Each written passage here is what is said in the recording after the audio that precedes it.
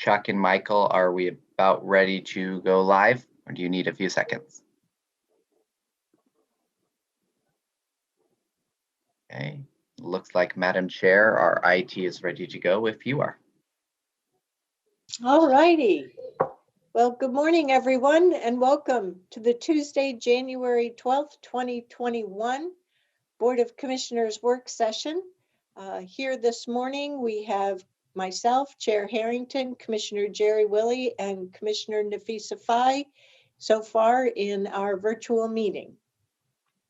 The first item on the agenda is board and leadership communication. Who would like to go first of the commissioners?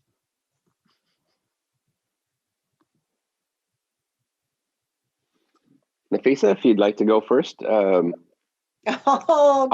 Willey never goes first. Every once in a while, you know. I think, thank you, Commissioner Willey. Good morning, everyone. Good morning, Madam Chair. This is my first week. I'm excited. I do have a few updates. I did make a commitment to join the SHS LIP committee. So I made that commitment and expect to attend the first meeting this month. I attended my first Oregon Health Authority Commissioners Coronavirus Update weekly call. That was really enlightening and a lot of information, but I've also gotten our staff's update around that. I've participated so far in an interview with Novak Group. That was a really enlightening conversation around organizational development and some of the needs assessment they're doing for the county administrator's office. And I also attended my first AOC Legislative Committee. That too is a lot of information and very enlightening and learning. So that's my leadership update. More to come as I develop my veteran status here. For the record, I just want to thank you, Commissioner Fai. For the record, I just want to note that Commissioner Pam Treese has joined us. We're going through board and leadership communication. So Jerry Willey and Pam Treese, which of you would like to go next? I'll go to give Pam a minute or two to settle herself in there and to not be last, you know. Yeah, Nafisa, good job on that. And you've got a lot more to learn. There's a lot of really good information out there. I'm happy that you're on the SHS LIP committee because there's some particular things of interest to me that I've communicated that I'd like to see happen in that LIP. So I'll certainly communicate that information to you. And it's just kind of an FYI, you know, you and the committee and the chair certainly will make those decisions. So I have all the faith that we're going to get to where we need to go in that. So thank you for doing that. You've already got one up on me. I have not ever sat in on the legislative committee. I wanted to do that yesterday, but got sidetracked. So I'll look forward to maybe getting an update from you on what their focus is as well. From my standpoint, what I've been working on, of course, with Pam and John Southgate is kind of putting the wraps on 2 or 3 funding programs that we had in the works at the end of 20. And that we didn't get taken care of, and that also we weren't really sure what the new money was going to provide. So working with Tanya and Jack on how much money we want to spend and where we want to put it. I think we've got a couple of really great programs that we're going to support, and I'll have more information for you on that next week because I think we'll probably at that point in time have that decision made and be moving on and getting those IGAs and whatever else has to be done. I also was interviewed by the organization Polis. Is that the company we consulted with for excessive force? Yeah, so I interviewed them yesterday, and that was a good conversation as well. It's always to me a little bit more revealing to myself, basically, when I'm asked a variety of questions specifically dealing with excessive force and sheriff department policies and training and all those things, and it helps me to kind of reflect on what I actually believe and what my thoughts are on all of that. So that was a good session. I'm glad I did that. So that's pretty much what I've been doing lately. Thank you, Commissioner Willie. Good morning, Commissioner Treese. Good What have you morning. been up to? Well, I'm sorry if there was some confusion. I was at the Tualatin Chamber meeting this morning, and there were several electeds that were giving updates. Roy obviously is still there as he represents that area. I gave an update that focused mostly on the work that we've been doing through the Economic Recovery Group and the fact that we work very closely with the Economic Development Manager in Tualatin. In fact, the whole concept of the BRCs really started with Jonathan Taylor there and moved throughout the county. So it was nice to show the connection point between the county and the city in our economic recovery piece. So that was this morning. Last night I was at CPO 7 along with the chair. We sat in. It was kind of a little bit unusual. I thought that nobody's camera was on, only the speaker. So it was a little bit different type of approach than I'm used to. But the purpose of the meeting, of the presentation by Stephen Roberts, was to look at the east and west options for Salzman Road and the continuation of Salzman Road to Laidlaw. So it was mostly just public information and public comment back. There were a lot of questions, but a lot of positions about the benefits of both sides. And I thought Stephen did a great job there. The other piece that I thought was interesting, and Catherine, you heard the same thing, but the update from THPRD and where they're going and how they're pivoting through COVID right now was really interesting to me. In fact, I wasn't aware that they are opening their outdoor pools for appointment for lap swim. So they're really being creative in relationship to how they're providing recreational opportunities for our community. And I'd encourage you to look at the THPRD website. The last thing I want to mention is that I did have a debrief with Commissioner Vega Peterson and Metro on Get Moving, and that was last week. We focused on the process for the task force. So it was, and it was kind of our final meeting, so to speak, of the Metro staff and JVP and myself. It was a good meeting. There's a lot of lessons learned, not the least of which was how the funding mechanism was debated and brought forward. So that was an interesting process. But I think Metro is doing a good job of unwinding what happened and taking the lessons learned forward as we move down the road. So that's what I've been up to.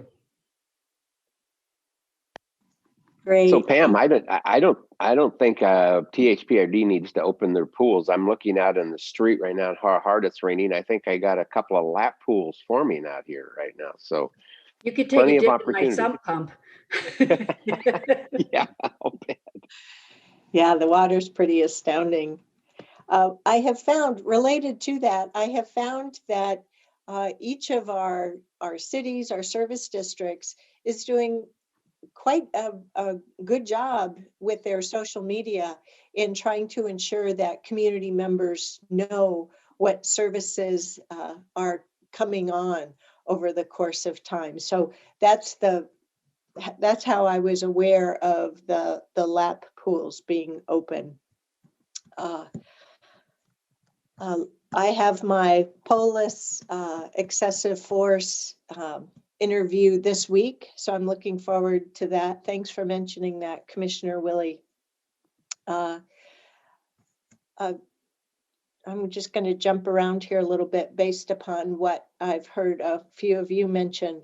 On the weekly AOC meeting on coronavirus and wildfires, in meeting with Leah Horner at the weekly Tri-County Chairs meeting, as I mentioned last week, they're working on a communication toolkit for us to help ensure that we understand how the systems are set up and are able to help get the word out. Now, the way the systems are being set up, or at first being implemented and then refined, it's all very much still in flux. But the state is pushing really hard, as we've seen through the OHA emails, at getting more and more of the supply as quickly deployed as possible. So you've all read about the National Guard being deployed, large scale events being done. Here in Oregon, so far, some of the deployments are finding that they can get 5 doses out of vials versus just 4. So they're getting every last drop out of those vials, which means that they're ending up having more doses than they originally projected. And we're all just figuring out how to have calls out to community members to make sure that none of those defrosted, ready to go doses go to waste.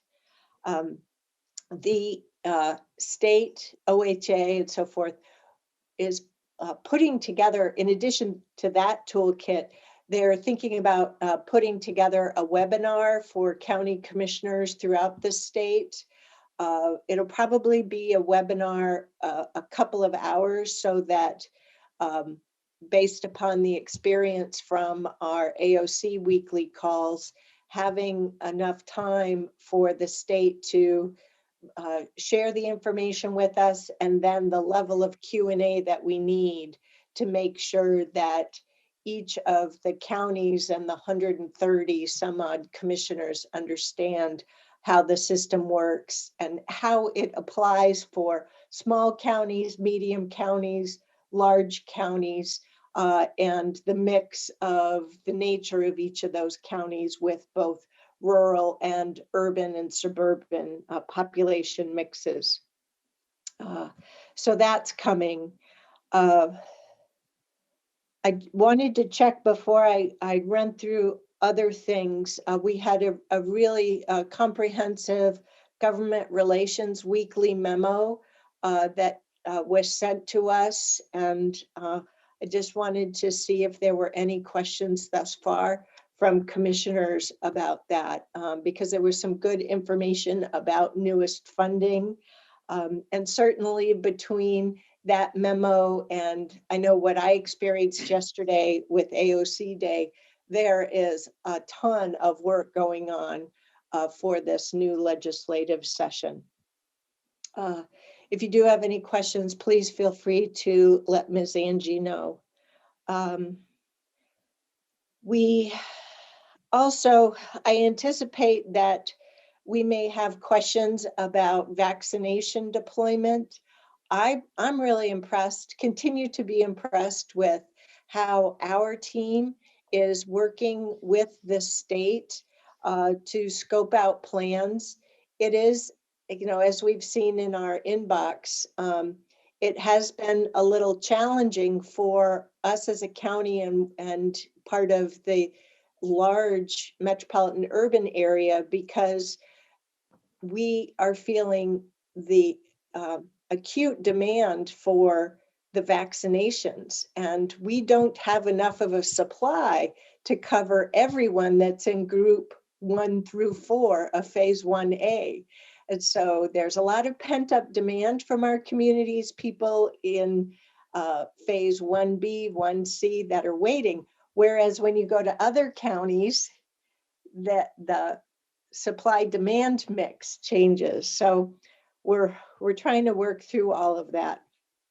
At AOC Day, in fact, the Lane County commissioners. Lane County is part of that medium county, and right now the medium counties are only being supplied with 100 doses. And so they're not feeling good about that. So it's quite a quandary. Bottom line, what we need is the national supply to be larger. Luckily, the system of deployment from the national level to the state level is starting to settle out and be more predictable. And I could hear that from Leah last night. With AOC Day yesterday, AOC is using the Google video app capability. And I learned that you really need to use Chrome. By all means, do not use Internet Explorer, or all of these video windows here will flash. And it's pretty disconcerting. AOC Day yesterday was intense. I was really pleased to finally be able to participate in the Public Safety Coordinating Committee. As we reviewed in our roundtable last week, there are 3 coordinating committees that meet between 8 to 10, and then 2 that meet between 10 and 12, with the 3rd in that section, veterans, being a different day usually. The agenda yesterday for the Public Safety Steering Committee was quite lengthy. We worked through 13 different bills. There are still others, but we were able to go through various legislative concepts that now have bill numbers and provide recommendations on that. It is a lot to be a participant in that activity, because you get a packet the week before, and then you'll get an update, at least one update before the meeting on Monday, and then taking the results of the steering committee. For those of us who are on the legislative committee, you get an updated legislative committee packet as multiple ones as a result of the steering committees. So I'm usually, when I participate in the Ledge Committee and the Board of Directors meeting, it's very intense. And by the end of the day, or by the close of those meetings, I'm pretty tired from doing all the information management and providing my critical thinking on that. Yesterday was especially so. There was a lot of, Leah Horner from the governor's office attends the legislative committee monthly for regional solutions. And yesterday there was quite a bit of conversation about the reopening guidance, particularly for gyms and restaurants under extreme risk. And the state is looking at what they're learning about community spread.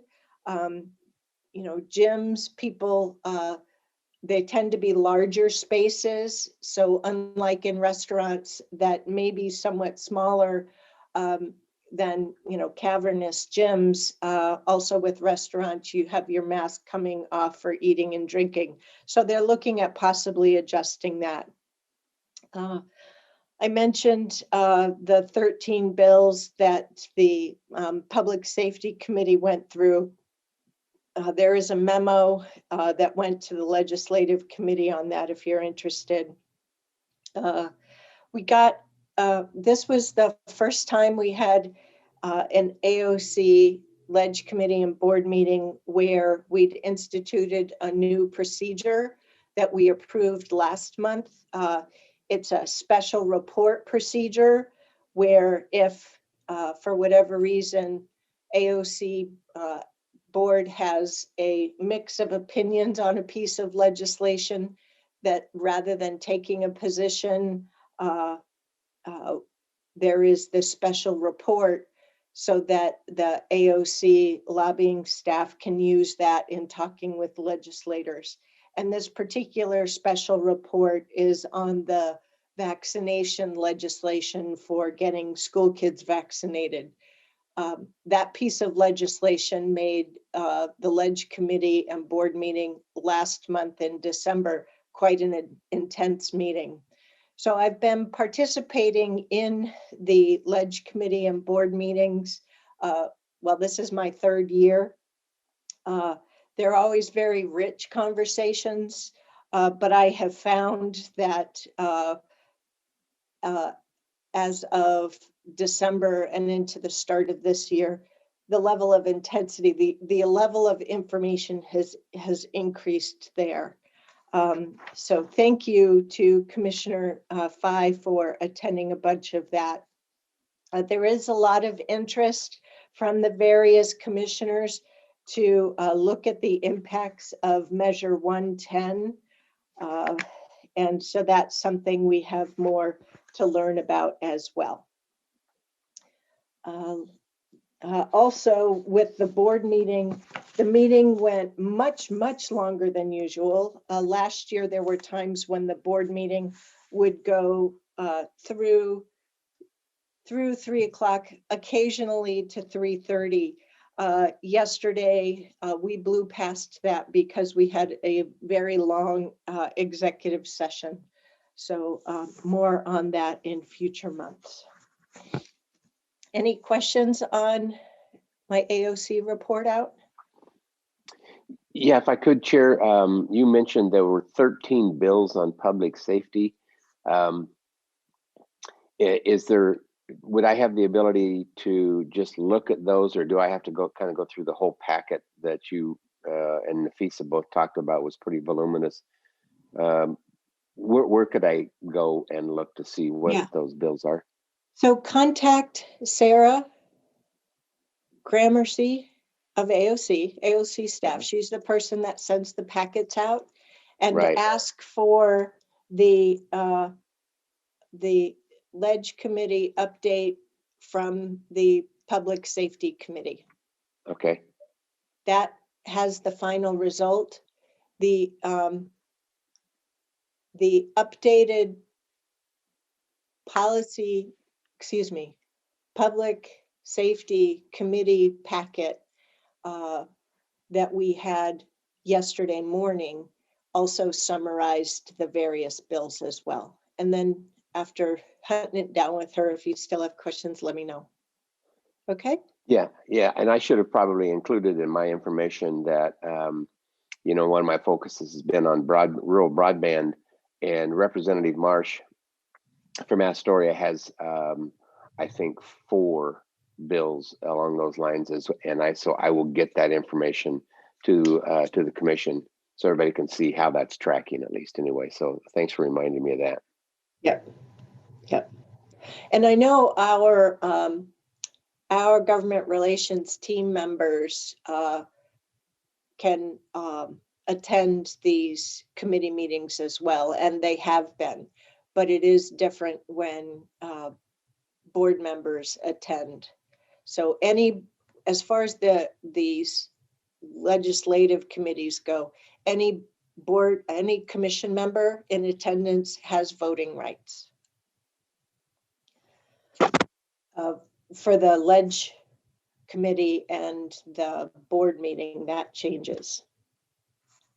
Oh, and related to that, I learned it surprised me yesterday that Commissioner Paul Savas was not at these meetings, because he's consistent. Every meeting I've been at, he's been at. But he wasn't there yesterday, and I didn't know why until the Tri-County Chair meeting last night. He has a disc problem in his back, and so he's having to lay down on the floor, and apparently yesterday he was dealing with a lot of pain, so he wasn't able to participate in the online meetings. I just wanted to give a mention here that for our virtual meetings, in addition to our using Zoom, I just want to make sure we all are aware that our meeting is broadcast over YouTube. in a live stream. So any of our use of, it certainly captures our attention to the subjects in the meeting as well as any cell phone use we may have. Then lastly, I have a question for you, Alan. And this is mostly because I want to make sure that as we move forward with our having an awful lot on our plate, that we do things according to the way we're supposed to. So we have some instances where it will be good for internal committees, with staff to have multiple board liaisons. And we did that last year with the Coronavirus Relief Fund work group and the Business Recovery work group. But I'm wondering, with the courts having ruled on the TriMet versus the Amalgamated Transit Union and making a legal opinion about subcommittees or assemblages of non-quorum board members, that they have to adhere to public meetings law with notice and procedure. I'm wondering, does that pertain in any way to our participation in our own internal work groups? And I'm not meaning to put you on the spot here, but to ask instead if you could investigate that and come back to us on that. And I'm also interested in seeing that there's hopefully consistency of implementation, not only consistency within the multiple jurisdictions in Washington County. So we are separate jurisdictions. I get that, but it will be interesting if our constituents, our shared constituents, have one jurisdiction using one model based on legal interpretation and another using another model. And so how can we make sure that it's clear what our operating mode is and why it is that way? So I just wanted to post that I have that information need and to ask if that's something you could investigate and come back to the board on, maybe with our roundtable in February when we talk about rules and procedures.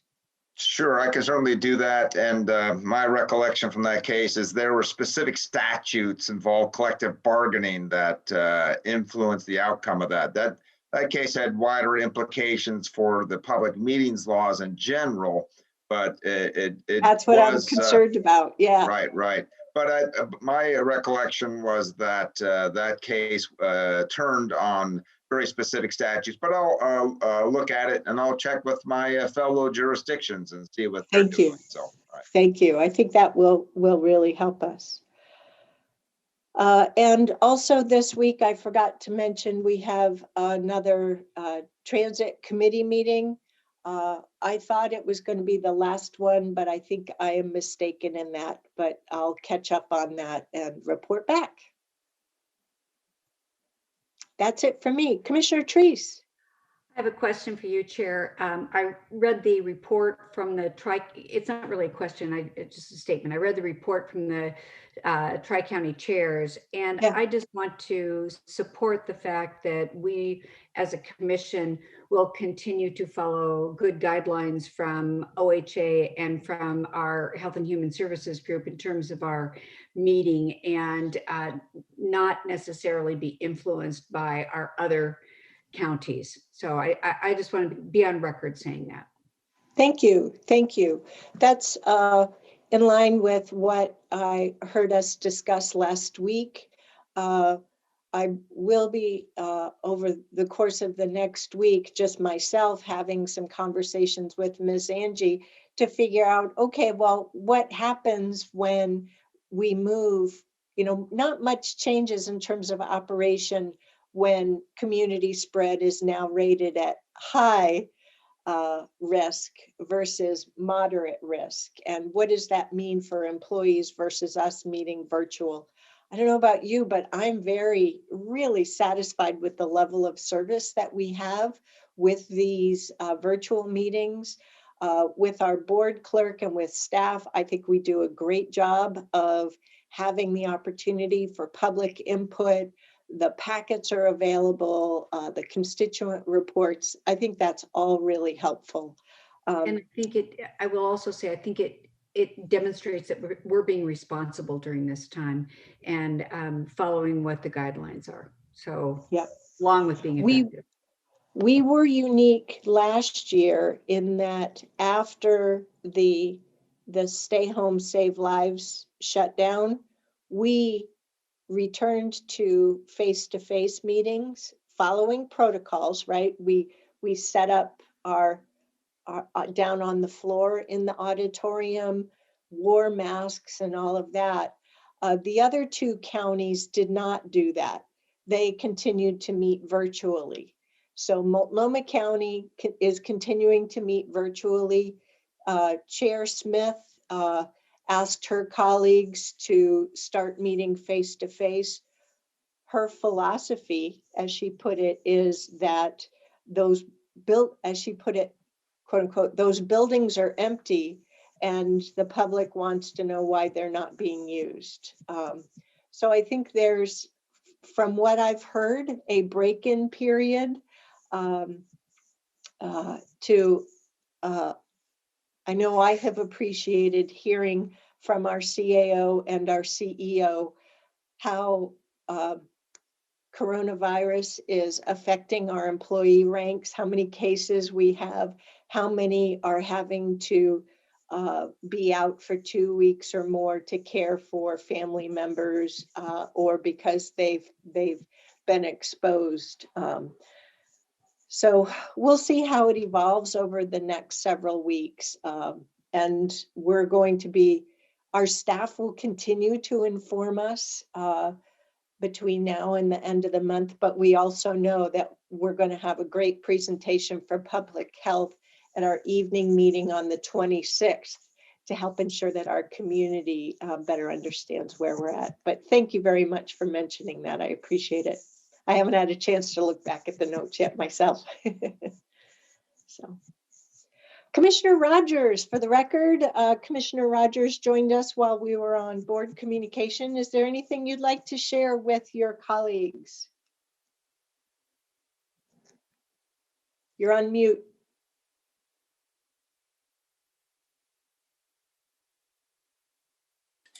Sorry, I apologize. Pam and I were at the Tualatin Chamber event this morning. She left she left right on time. I wanted to listen to the entire Tualatin Council talk about their priorities. So it's very interesting to hear that their priorities are very aligned with ours, obviously. Very concerned about it, and that's part of the county with the growth rate that they're experiencing and some of the issues to deal with. But beyond that, I know that our friends in Tigard are anxiously probably waiting to get on the agenda, so I'll drop it at that.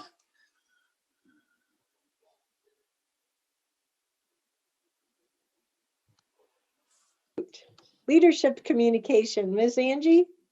Thank you, Chair Harrington. Good morning, board members. So really, I want to start out with some good news. I did email the board this information yesterday. We do have enough vaccines to vaccinate over the next 9 days. Our 1A employees, which are 903 employees. So very thankful for the partnership with Tualatin Valley Fire and Rescue to administer these vaccinations. So good news moving forward on the vaccination front. From an employee count standpoint, we currently have 6 COVID positive cases and 14 close contacts. So that data is pretty stable to our counts that I shared with the board yesterday. A few of you had, yes, Chair.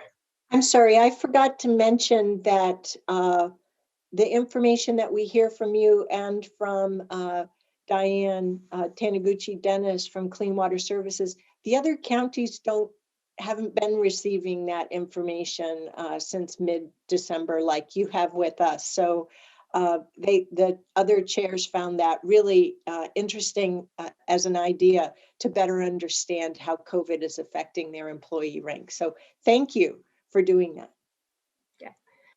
I appreciate our HR's team work in ensuring that I'm able to provide those updates to the board. So kudos to our HR team.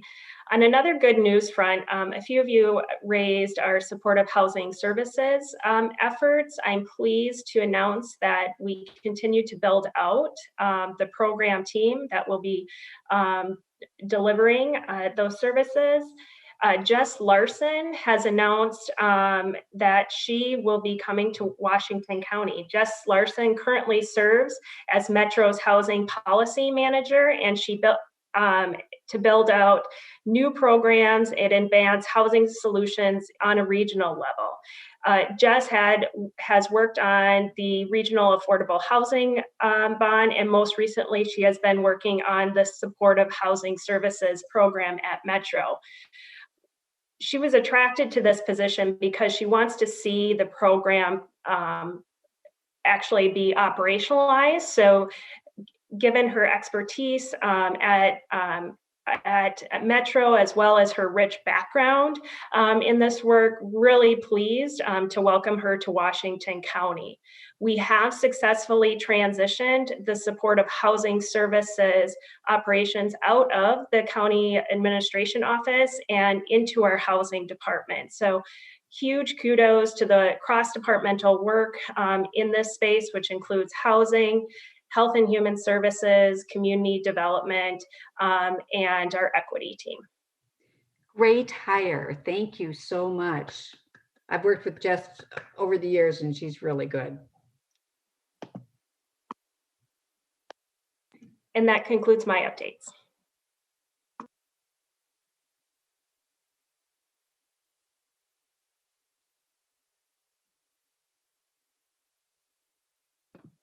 I'll jump in.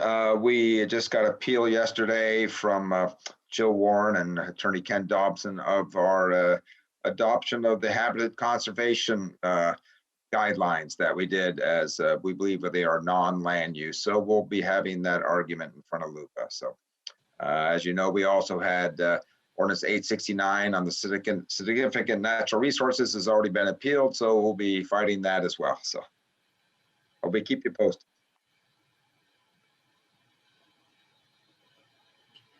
Good morning, Chair Harrington and the Board of Clean Water Services. Diane Taniguchi Dennis, the CEO of Clean Water Services.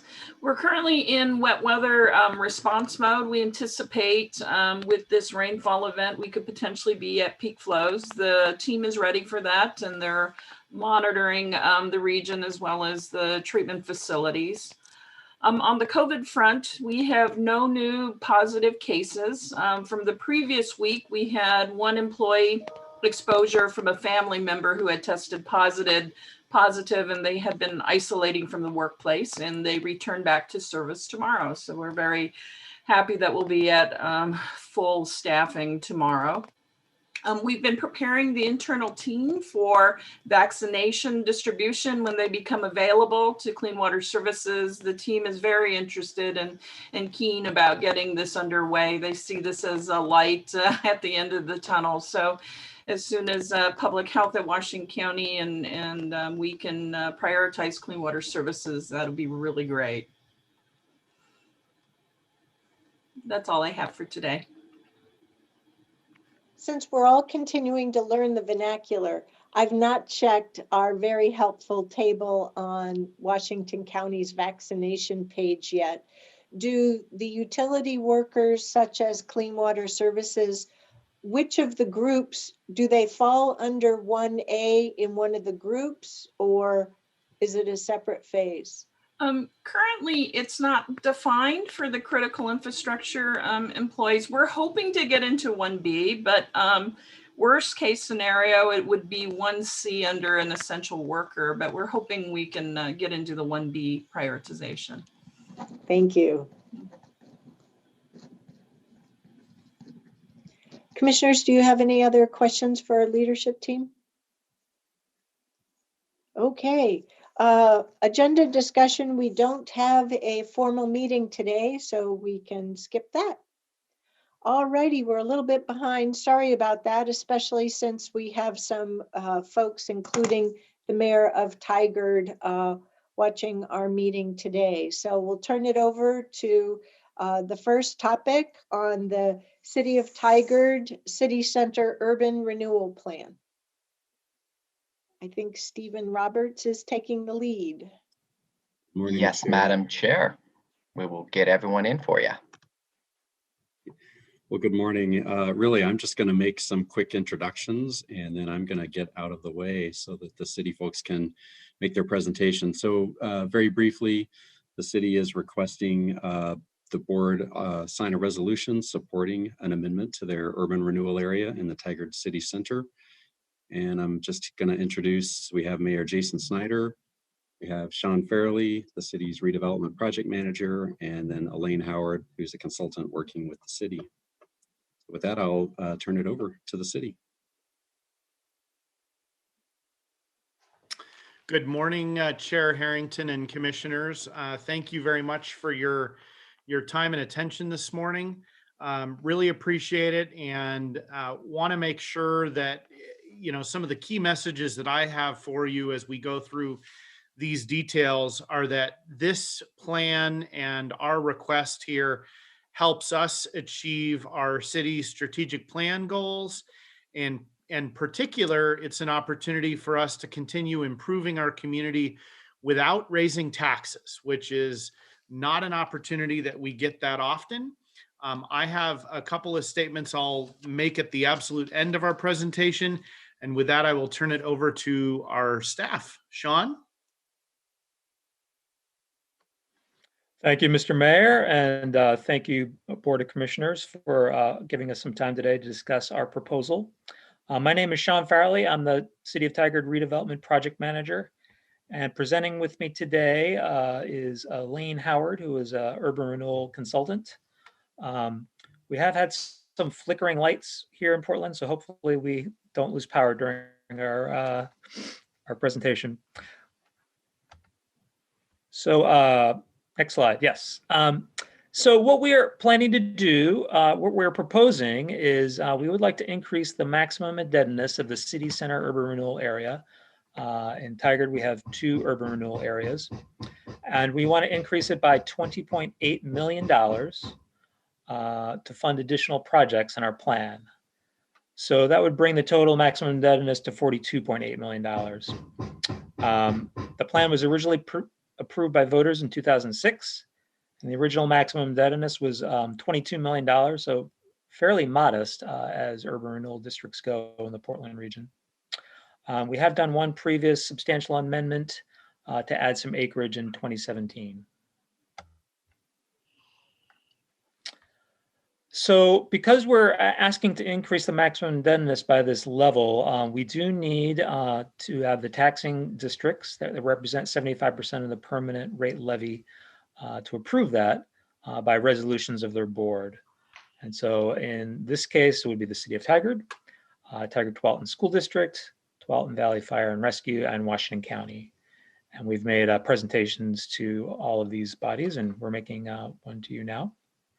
And in Tigard, urban renewal has to be approved by the voters. So once hopefully all of these boards pass this resolution and our council approves it, then the voters would have to approve it in May. So Elaine, are you there? I'm here.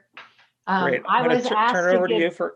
yeah, I was asked to give just a brief Urban Renewal 101 since there are some new commissioners, and I know those of you who have been sitting on the board understand it, but the way urban renewal works is on increases in property tax revenue. So typically, whenever we pay our property taxes, that goes to the county assessor's office, and the county assessor's office distributes those to all of the regular taxing jurisdictions. Next slide.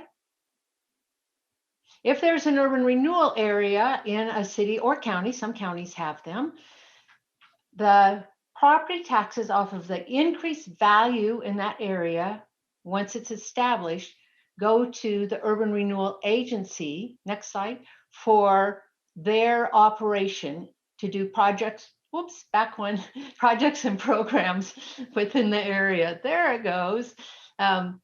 So the money that is in urban renewal is off of that increased property value after the urban renewal area is formed. And it's only for that specific urban renewal area. The increases in that area go to the urban renewal agency instead of to the property taxing districts. Next slide, please. This just shows this in another context. At the time that an urban renewal area is formed, which is on the far left, the assessor establishes what's called a frozen base assessed value of that area. That doesn't mean taxes aren't paid on that. It just means that at the time it's established, all the property tax revenues continue going to all the different taxing jurisdictions. So the city, the county. But once it's established, that blue area called increment is the increase in property tax values over time and the taxes off of that increase of value. And you can see urban renewal areas start slowly because typically it's just that 3% increase that we're allowed unless there's new construction. The new construction then provides a bump in that increment level. At the end of an urban renewal area, the urban renewal area gives back all of that assessed value to all the different taxing jurisdictions, and they receive the increased value on their taxes at that time. One of the things that has happened in Tigard has been, it was formed in 2006. So they started out slowly in those early years, and then we had the Great Recession. So they have been impacted by those events, and those events have, as you're doing projects, costs of those projects always increase over time. So it's had a dramatic impact on them. Next slide, please. Back to Sean. Thanks, Elaine. So I'd like to talk about some of our accomplishments. Though we're modestly funded, we've had some good progress so far since 2006. So some analysis we've done, we found that $48 million in private investment has gone into the district since it was started. And that's about 3 times the amount of investment in the 12 years preceding the formation of the district. There's been a 64% increase in the assessed value between 2006 and 2019. And that compares to 56% citywide. So the urban renewal district is outperforming the city. We've made 28 matching grants to property and business owners in our downtown to improve their properties. And those matching grants have leveraged about $2.60 in private investment for every $1 of public investment. There's been 234 units of multifamily that has been built in the district. And that's a 32% increase in multifamily housing in the city center compared to 12% increase in the rest of Taggard. Next slide. So I'm going to go through quickly some of the highlights of our successful projects. Atwell off Main is a mixed-use building, 165 market rate units. It was built a couple years ago. In that case, we offered our public works yard for redevelopment, sold it to developers in a public-private partnership. And it's been a very successful project, bringing in new residents to the downtown. Next slide. We've done a couple of major street improvements on Main Street and Burnham that improved pedestrian safety and added streetlights, amenities, safer pedestrian crossings. And we're going to be doing the northern half of Main Street later this year. And that we think these investments have attracted new businesses and new investment. Next slide. We completed the Taggard Heritage Trail, which is an old railway right-of-way that goes from Main Street up to Tiedemann. And part of that is within the district. And that funded a modest plaza, the Rotary Plaza. And we helped be able to hold small events there. Taggard Heritage Trail is a very cool project, has art and historic and cultural installations all along it. I encourage you to check it out if you have the chance, if you're ever in downtown Tigard. Next slide. We did the City Center Futures Project, which funded a few projects. We looked at our urban renewal district and analyzed it and looked for a way forward. And out of that project, we are proposing this increase in maximum indebtedness. We also funded a revision of our downtown vision, and the drawing on your screen there is how we would like to see Tigard look over the next 20 years. So growing up, more people living downtown, more people working downtown. And then also we developed a redevelopment action plan to be our strategy. Next slide. And here's just a few of our additional projects: parking lot, dog park, trail improvements, and facade grants. Next slide. So projects we're working on now, we have the agency bought a property, it was actually a brownfield on Main Street. And we got an EPA grant a few years ago to clean it up. And we have offered that project for redevelopment.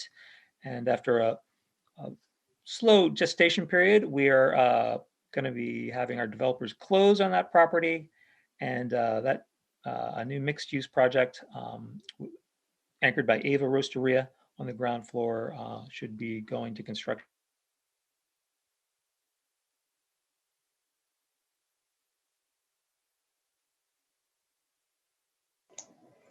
Sean, are you there? Later this year. Yeah, have I dropped off? We got you back. Can you hear me? Okay. Thanks. So another project is we are planning, designing, and engineering a new plaza in the heart of our downtown. Right now, we have some temporary uses out there to kind of find out how people are using the space and let people know that there's going to be a major plaza being built here. It's going to have a splash pad, which is the #1 most requested amenity on Tigard voters, Tigard residents. So that's going to be happening. We'll be constructing that in early 2022. Next slide. So this amendment is consistent with Tigard's strategic plan, and that was recently updated. And our plan is to be an equitable community that's walkable, healthy, and accessible for everyone. And the priorities that include a well-connected, attractive, and accessible pedestrian network, and ensuring that development and growth supports the vision are definitely supported by this proposed amendment. Next slide.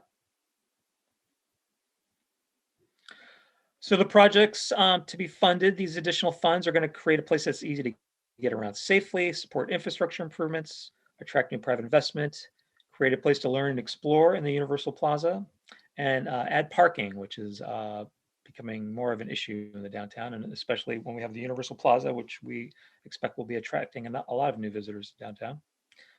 Next slide. So the specific projects that will be funded, we'll be constructing new streets to provide connectivity. We have a connectivity plan. Those streets are rather expensive to build, so this amendment will help fund those. We have a proposal to continue the Tigard Heritage Trail south from Main Street to Hall Boulevard. We want to do some more Fanner Creek Trail improvements, funding phase 2 of the Universal Plaza, the parking facility that I mentioned before, support for affordable housing and mixed-use development, and then pedestrian safety and streetscape improvements. Next slide. Elaine? So I get to cover the impacts to taxing districts. So this potential amendment would provide projects that enhance the development opportunities in their downtown area. I work all over the state, and I have found that whenever you set the stage for development, development is more likely to come. And a lot of these projects are just that, setting the stage, doing the public part to encourage new development. The key site of the existing city hall is expected to be developed into taxable uses. The city is now pursuing potential of putting City Hall in a different facility, and there are acres that could be developed and into affordable housing, which are in the urban renewal area. It does extend what's called the division of taxes from fiscal year end 2036 to fiscal year end 2049. So the division of taxes is that I talked about before, which is that the monies from this area off the increased growth are going to the Urban Renewal Agency. If this amendment did not move forward, those would be completed in fiscal year end 2036. The estimates are, if this does go forward, they would extend an additional 13 years to fiscal year end 2049. Next slide. So I know this is a lot of information on one page. It's also in the plan and report. The chart on the left shows the impact of the original maximum indebtedness. So if there was no increase in your maximum indebtedness, and it shows it from fiscal year in 2020 to the projected end fiscal year in 2036 for Washington County, and that's $4.1 million. The chart on the right shows the actual impact of the amendment itself. So it just shows that increase in maximum indebtedness that would start in fiscal year end 2036, the impacts would, and go to fiscal year end 2049. And that amount is $5.6 million. So next slide. So this slide just puts those two together so you can see the total impact of both the original maximum indebtedness and the proposed increase. So that's $9.782 million. Next slide. And that's offset a little bit by revenue sharing. Revenue sharing is relatively new and comes into effect when an existing plan does a substantial amendment to increase their maximum indebtedness. So this plan then it would be required to do revenue sharing. That revenue sharing would start in fiscal year end 2036. And the total amount of money that would be shared to Washington County would be almost $3.8 million, 3.7. So that's kind of a net impact to you of a little over $6 million. So if you take the 9 million from the prior slide and the 3.8 here, the net impact is about $6 million to the county over the years from 2020 to fiscal year in 2049. Next slide. This goes back to Sean. So the process and timeline, we presented this to our advisory committee in December, and then we took it to the board of the Town Center Development Agency, which is Tigard City Council, when they are put on their urban renewal hats. And January 4th, we went to the Taggard Planning Commission, and they recommended approval of the proposed amendment. We've also, as I mentioned before, we've given presentations to TTSD and TVFNR. They will be considering resolutions later this month, as well as Washington County is on their agenda for the 26th, I believe.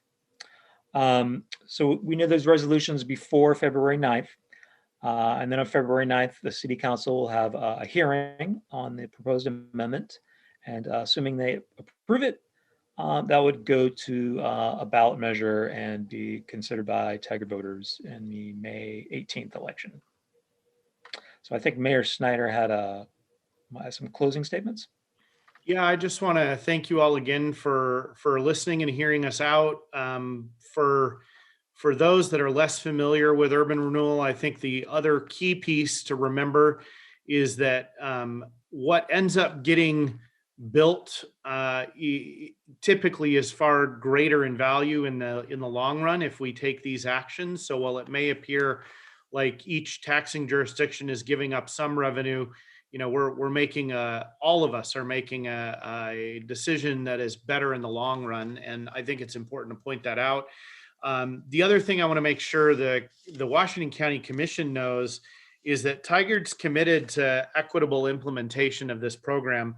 And to us, that means that we are going to use a strategy that ensures that everyone participates in and benefits from the economic transformation in our urban renewal areas, and not that it's just one group of people like property owners, for example, that benefit. So that's a key thing that I think from a values perspective is really important, and something both the Tigard City Council, the City of Tigard, and the Washington County Commission share in values. And so thank you very much for hearing us today, and would ask for your support.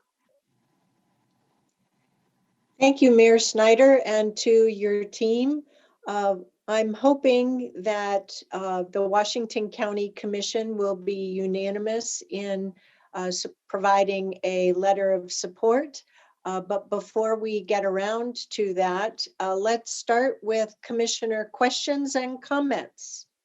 Who would like to go first? Commissioner Rogers, it's your district. Would you like to go first?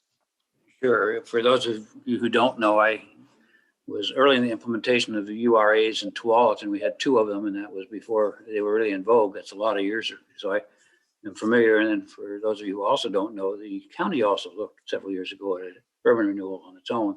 That was when Tom Bryan was chair, and we were looking at urban renewal for certain high growth areas. Jason, Mayor Snyder, we know each other for so long. What are the boundaries? I kind of forget what the boundaries are. That's my number 1 question. My number 2 question is, and maybe you'll have your staff do this, what's the total impact on the school district? Because though you know, I've chatted about this, I'm very supportive of the project.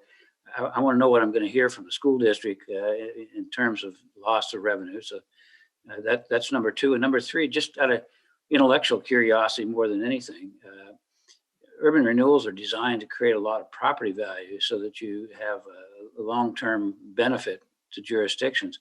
Why would you be putting a lot of low-income housing in a urban renewal agency boundary when you're trying to create growth and value? I'm trying to that's doesn't have anything to do with this. I'm just intellectually curious. Yeah, so let's take each of those, and let's start with your first question about the district boundaries, and the urban renewal area we're talking about now is, generally speaking, the downtown core in Tigard. And I will ask staff to outline, do we have a map we can actually put up of what is proposed? I know we're proposing an increase in the maximum indebtedness, but can we also put up a map of the boundary? Staff, do we have that? We're not in control of the PowerPoint. I don't think we have. You can also refer to pages in the packet, because we all have that. Sometimes it helps to refer us to pages in the material that we've been provided. And Commissioner Rogers, if it's not in the packet, Mr. Fairley can certainly follow up with you and get you the specific map that shows you the district. It doesn't cross. Does it cross Hall? So in general, the boundaries are Hall to Fano Creek, Okay, Park so to Maine, over up 99. It does jump across Hall in the 99W area, but in general, it does not cross Hall. But part of it does. Just my comment, and I won't keep jumping around, but I sure wish it jumped Hall there, where we were looking at a potential site for the Southwest Corridor, and all of that is really, and the mayor and I chatted about that before. All of that's greatly underserved property, low tilt-up buildings that have high value for redevelopment. So anyway, I'll stop and let you answer questions. That's a good point. Or I can't see the green on this slide. The urban services boundaries. Urban service is different from urban renewal. Yeah. Right. Okay, so to Commissioner Rogers' second question about the school district, again, I was going to say, Elaine, we actually gave this same presentation but tailored to the school district. So I'll let Elaine answer that question, and then let's talk about your affordable housing observation as well. afterwards. Elaine? Yes, so we have the same charts, obviously, for the school district that we had for the county. So the increased maximum indebtedness has an impact of about $12.5 million. The existing area has about 9.2, so that's about 21.6. The revenue sharing for them is about 8.3. So it's about a $13 million overall impact. And we all need to remember how, and I'm sure Commissioner Rogers knows this, but other commissioners may not, how the state school fund works. Every urban renewal area in the state impacts the state school fund everywhere. So schools are funded on a per pupil basis through the state school fund. The state school fund has property tax revenues, but they also have other revenues that fund the state school fund. So when we talk about both the school district and the education service district, we say that those are indirect impacts because the direct impact is on the state school fund. The legislature supports schools, obviously, but they also support urban renewal. And so as they're figuring out those state school fund per pupil allocations, they then backfill to reach that per pupil number by tapping in other state resources. So the state funding is very complicated, but using urban renewal in your community does not mean that your school district directly gets any less money. They get their money based on how many pupils are in their school district. And Commissioner Rogers, I think the important thing to also know and think about with the school district in particular is, and we had a very spirited discussion with the school board about this, but every urban renewal district in the state affects Tigard, Tualatin School theoretically because of the way that math works.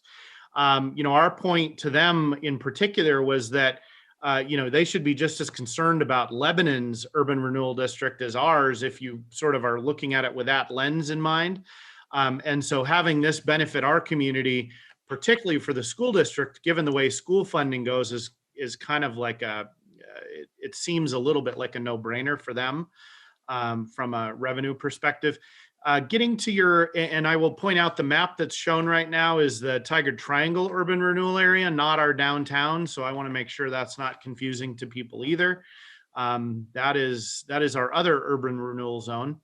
To Commissioner Rogers' question statement about affordable housing, that is but one of many things that is planned for the area. And frankly, I think we all believe and plan to make sure that affordable housing, workforce housing, and market rate housing all coexist in a vibrant community. And that all makes up the fabric of a vibrant community. It does give us an opportunity to make sure that there's some affordable housing. But I think it would be also a significant overstatement to say that all we're going to develop is affordable housing. That's not the vision. And frankly, the math of that doesn't work. But where we can push for and make sure that affordable housing is in the mix of the types of housing that's available, we are going to do that. I will stop with this comment. Thank you for your two developments, three really. One's outside your urban renewal, which is the Fields property that the chair and I went up, and you were there as well, opening that. And my business is in that urban renewal district that you mentioned, the Triangle, and you have two projects. One is ours, which is across from Winco, which is great. And the other one is one that you have there on another corner of Winco, which about a 5-story building or 6, it looks like, huge crane. So thank you for your support. You guys have been great on that. We are working hard at it, and it matters deeply to our city and our community. So thank you very much for hearing us out. Are there other questions or comments? Madam Chair, you have a hand raised from Stephen Roberts. I was just going to volunteer. Okay, Stephen. I was just going to volunteer. I've got the urban renewal map on my screen if you'd like for me to share that. Mr. Moss, is that a possibility? Absolutely, Madam Chair. Okay. Oh, Right. okay. You should be able to now, Stephen. All right. Let's see. There we go.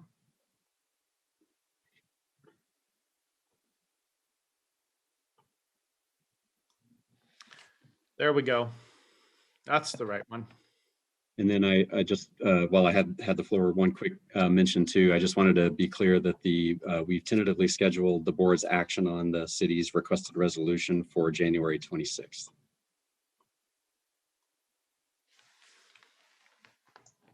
Thank you. Other commissioners, any questions or comments before I go?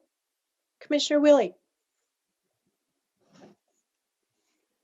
Yes. Well, I just wanted to let the mayor and Tigard staff know that I'm a fan of urban renewal districts and the way we take care of this. I mean, you're probably aware of that's how our Hillsborough North Industrial area the infrastructure was put in. And so we put the urban renewal district in play and then had to bond that money to, of course, pay for the infrastructure, but it works great. And I think that's probably a successful project you can point to as well as to why you're doing this. So yeah, thanks for the visionary ideas that you've got there. And I'm very supportive of this. Thank you, Commissioner.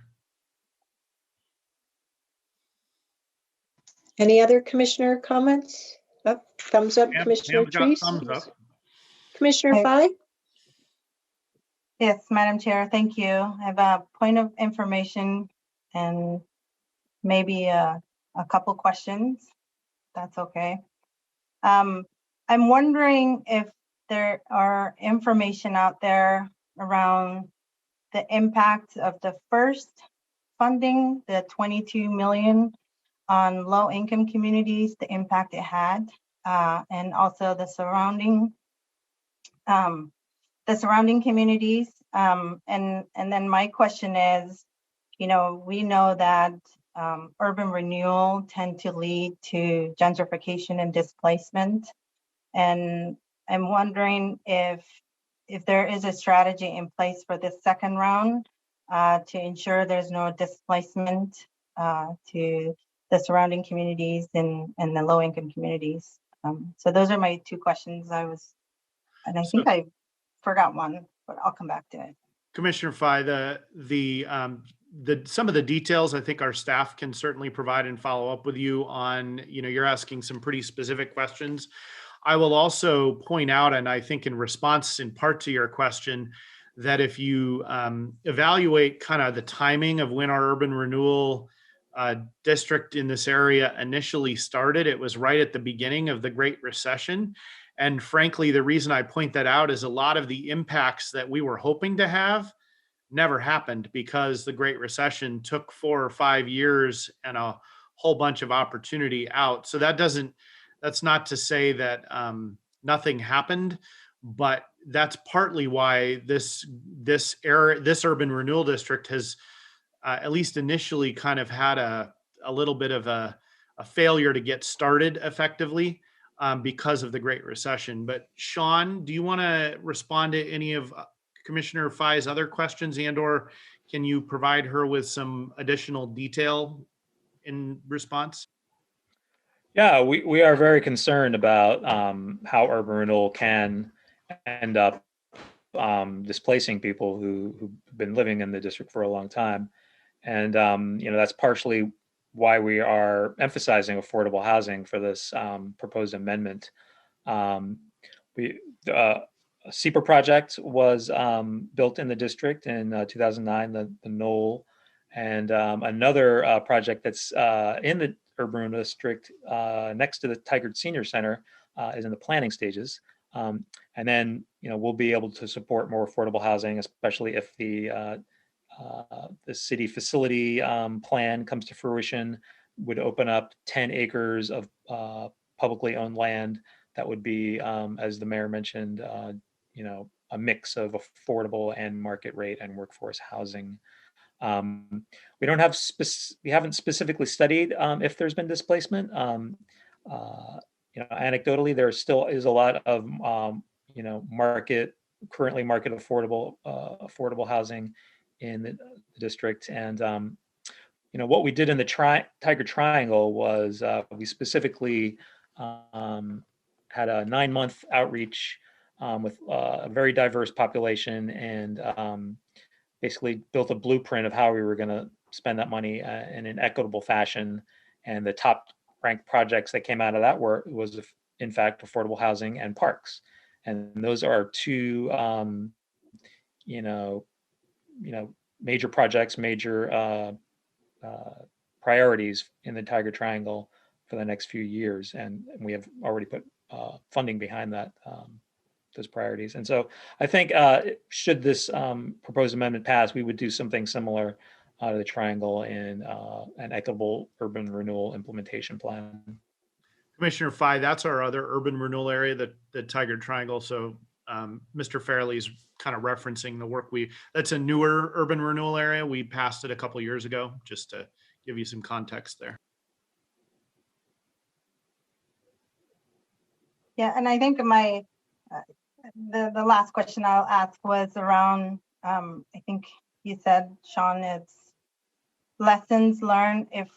I don't know if it's feasible for before you start this, or before we submit it to the voters, if we can have lessons learned from the $22 million and how we spent and the impact it had to the communities. I think it will make a really compelling story, and it will convince the not only the board but also the voters on why they should pass this. So it'd be really ideal, and then also it will be helpful for you all then to develop a strategy to prevent that doesn't happen. If there was some lesson learned around the impacts of displacement that it had, and there were unintentionally communities that were displaced from that first urban renewal, then we can implement some strategies on how to prevent that from happening.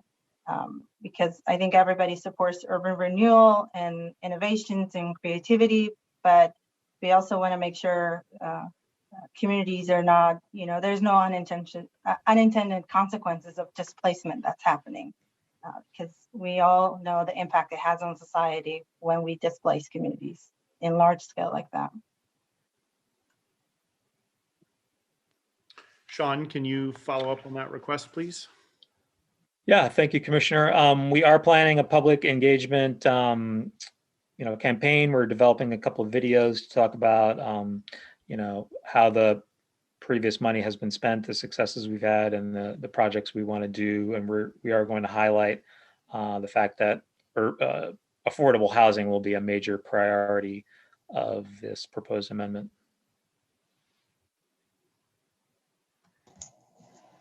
All right, any other commissioners before I go? Okay, so thank you very much for pursuing this. I want to start by saying that I think the city of Tigard has done a really good job in implementing the first plan for this downtown urban renewal area, the city center urban renewal area. Great example of good planning for that first plan, really good implementation. I understand through the materials that you've provided, as well as through today's summary, that you have had key results, achievements on behalf of not only that area and the urban renewal plan, but also for the entire city. Also, really good planning for this extension. Particularly of note to me is the letter that you sent to the county administrator on page 1, the paragraph at the bottom, and the work that you've done to complete the City Center Futures project work that helped build towards this. And I must also say that I was a Metro councilor when you put together the first plan, and you have followed through. And you have a lot to be proud of. I think you've done a really good job in today's presentation to summarize for us what you have achieved and what you hope to achieve. I also know from my years of service as a Metro councilor that the city of Tigard actively participated in the equitable housing work with Southwest Corridor, with both of your urban renewal areas in mind. And so that's why perhaps I may have more insight into that than Commissioner Fye may have thus far. My second comment is I am generally in favor of urban renewal. It increases value, but for the investments made, it's the widespread use. Widespread isn't even the right word. The use across the various cities in Washington County is still relatively new. Back in the 2000s, the latter 2000s, the Multnomah County Commission was being very vocal against urban renewal because of their concern that the city of Portland had perpetually extended the urban renewal districts. What we have here is you had a first plan, an approved plan by the voters for this city center urban renewal area. And now you're making a one-time extension request to us and to the voters. So because of the work that you've put into this, I am very supportive of this. Yes, I am a little concerned about the impacts to our budget. I think the new revenue sharing aspect of this is an improvement over past years, and I appreciate that that program is now in place. But we would not have the increase in property tax values but for these improvements that are supported by the urban renewal area. What I am not in favor of is perpetual extension. And so my unequivocal support for this extension includes that caveat, right? I'll only be here hopefully for another 4 years. And so the city may ask future Washington County commissions to extend once again. And I want to make sure that in our strong statement of support on through our vote on the 26th, as well as in a letter, that that we voice our strong support for this, but include that caveat so that for historical purposes, future Washington County board members and the city have that. I would also like to offer, and I realize that we'll thank you, Mr. Roberts, for making sure we know that we'll be taking action at our evening meeting on Tuesday, January 26th. And I would like us to have perhaps a presentation on that so that the public knows. But I will personally, I offer to you through the campaign efforts in going to the voters that I will personally pay for a measure support statement as well, and hope that my colleagues will sign on to that. Thank you, Chair. So those were my comments. So let me just follow up with the commissioners. Do you need any further information in advance of your consideration on the 26th? I know I don't. Roy doesn't, Jerry doesn't, Pam doesn't. Okay. So Commissioner Fye may need some additional follow-up support, and I'm sure that Ms. Angie and her staff can help foster that. But I really appreciate the points that she made. Great. Anything else from us, Ms. Angie, Mr. Roberts, and Mayor Snyder? Oh, thank you very much for your time. Great presentation. Thank you, Mr. Farley and Ms. Howard, for joining us as well. Thank you for the opportunity. Great. All righty, we'll move on then. Just 5 minutes ahead of schedule to appointing members to the Fair Board. And I know that, there's Leah.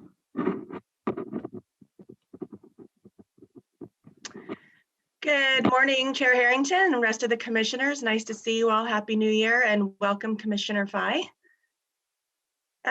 Today I am before you from home, of course, to bring you appointment requests for the Fair Board and the FAC, the Fairgrounds Advisory Committee. And I believe that the Fair Board is the first on the agenda. And before we get started, do we have any questions or do you want me to just dive right in? Okay. So we have 4 great candidates for the one position that we have available on the Fair Board. One of our current members of the Fair Board, Gary Seidel, who is the current Fair Board president as well, and he sits on the public safety seat of the Fair Board. He has applied, is seeking reappointment. And we've had 3 other applicants, Nancy Thomas, Balpreet Singh, and Mitch Nussbaumer as well apply for the position.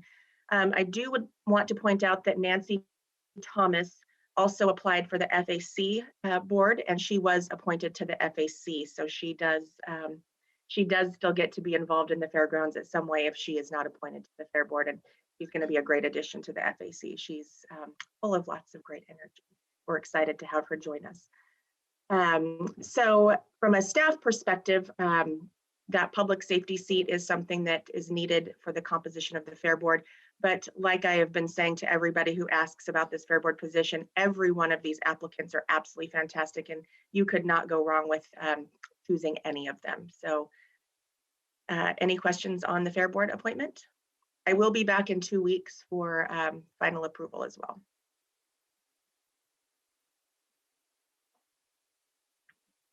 Okay.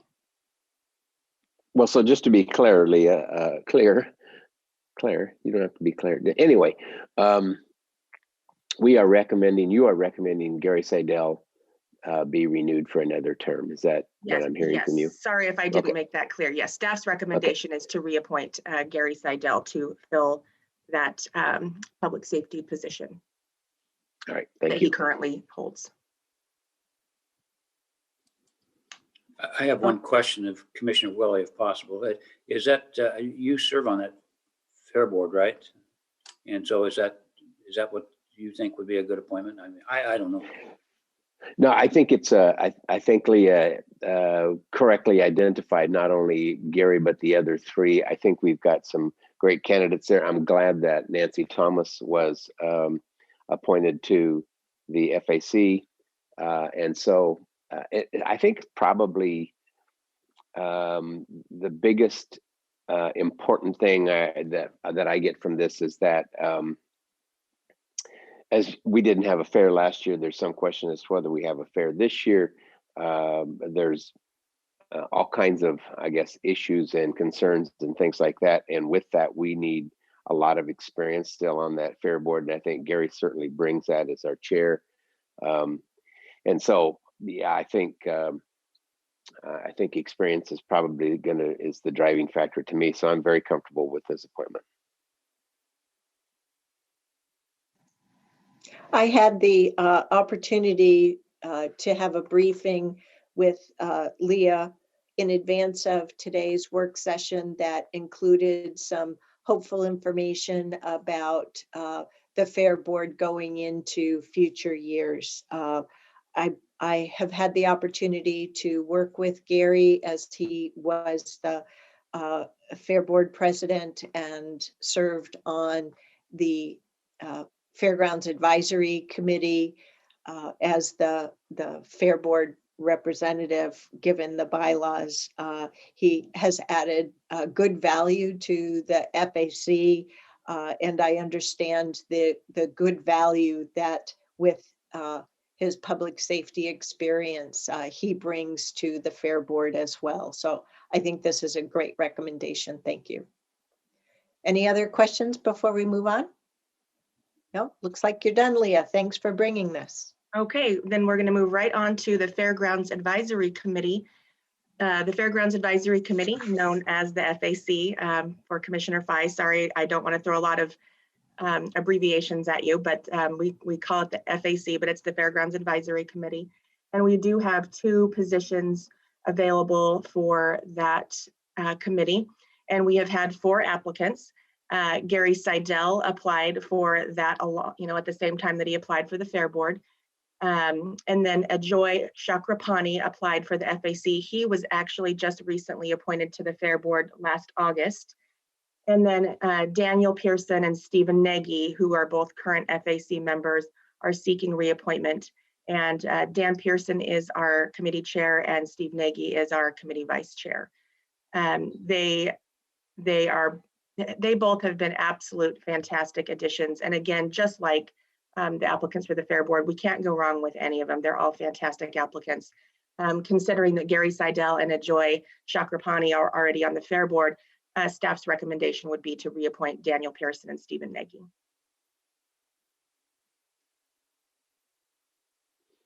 Yeah, and I would agree with that primarily because Bill Ganger is also on the Fair Board and basically will be our liaison to the FAC. So we've got good connectivity there.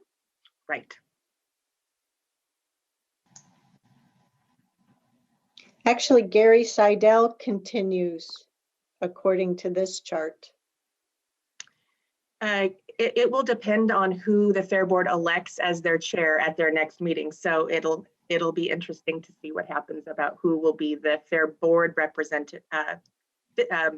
Fair Board representative. Bill Ganger serves on both, but not to be specifically clear, the Fair Board rep. Does Bill Ganger is a current member as an FAC member? Correct. Right. So that's why I wanted to correct what was just referred to. So yeah, thank you for that, Chair. I had missed the little asterisk down there at the bottom. Yep.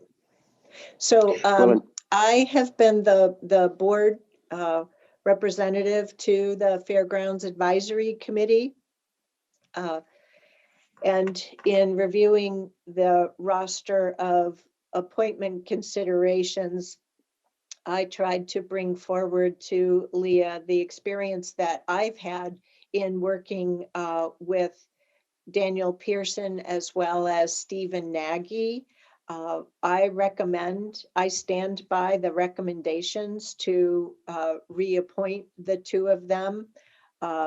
Yes, there is a little bit of, you always hear me bring up tenure concerns, but Mr. Nagy brings a lot, particularly as there is joint interest in not only the Port of Portland airport operations right across the street, but also the Port of Portland owns the current hotel site property. So the whole nature of redevelopment in that area and the relationship to the West Side Commons and the Wingspan Event Center. So I am very comfortable with this recommendation to appoint those 2. And we do have some new members that we appointed just in August of 2020. So we've got a better mix of representation and more recent members coming in. And I really look forward to our next FAC meeting here in 2021 and finally getting to have some experience in working with Nancy Thomas officially on a Washington County Board and Commission. Yes, I will. As soon as these board appointments happen, I will get a meeting of the FAC scheduled. We are excited to get our new members on board as well. So, and so I assume that this, in moving forward with a recommendation, this will come back to us in 2 weeks as well on the 19th. The 26th. Or no, 26th. Oh, January is flying by. Almost over. Yes, exactly. So yes. So unless there's any more questions, I will let you get on with your agenda and I will see you all in 2 weeks. Commissioner Fye has some comments and questions. Go ahead, Commissioner Fye. Leah, I was wondering if you have any available demographic data for the current members of the board. I'm a little delay with my question because I finally got to this right page of good. the folks. But if there is any data that you could share with us to the board, that would be great. I can fill you in offline. How about if I do that? Okay, And then, great. Madam Chair, I move that we never use acronyms on our board meetings. I think, one of the things I did for my onboarding is really memorize all these acronyms that we have established. But I'm trying to put myself in the shoes of the community who are watching us and imagine how hard it is to follow along. So I move that we don't use acronyms and that we try at least.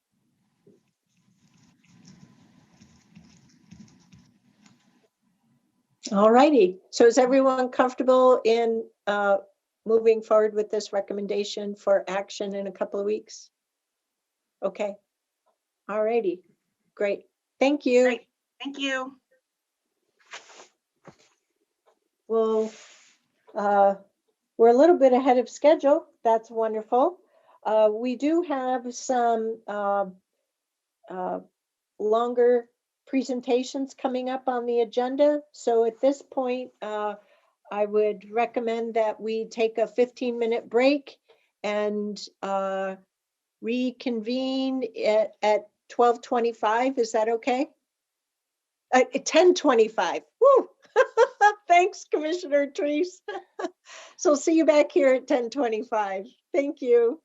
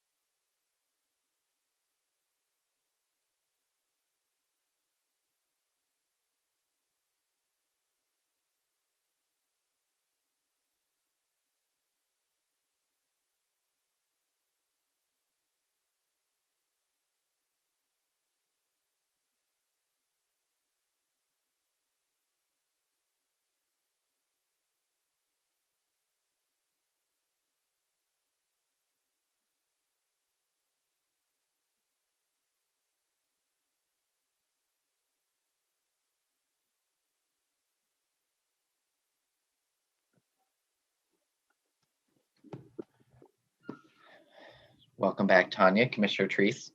Welcome back as well.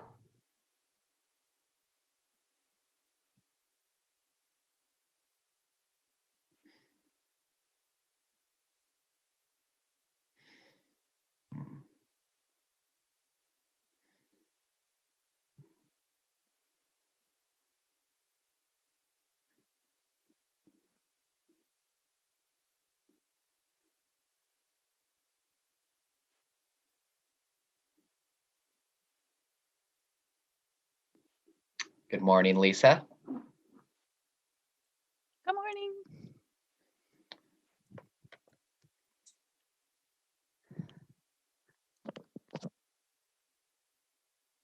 It's grim weather out there. I took my dog to daycare this morning and I don't think any of us were happy about it. Getting out of the house.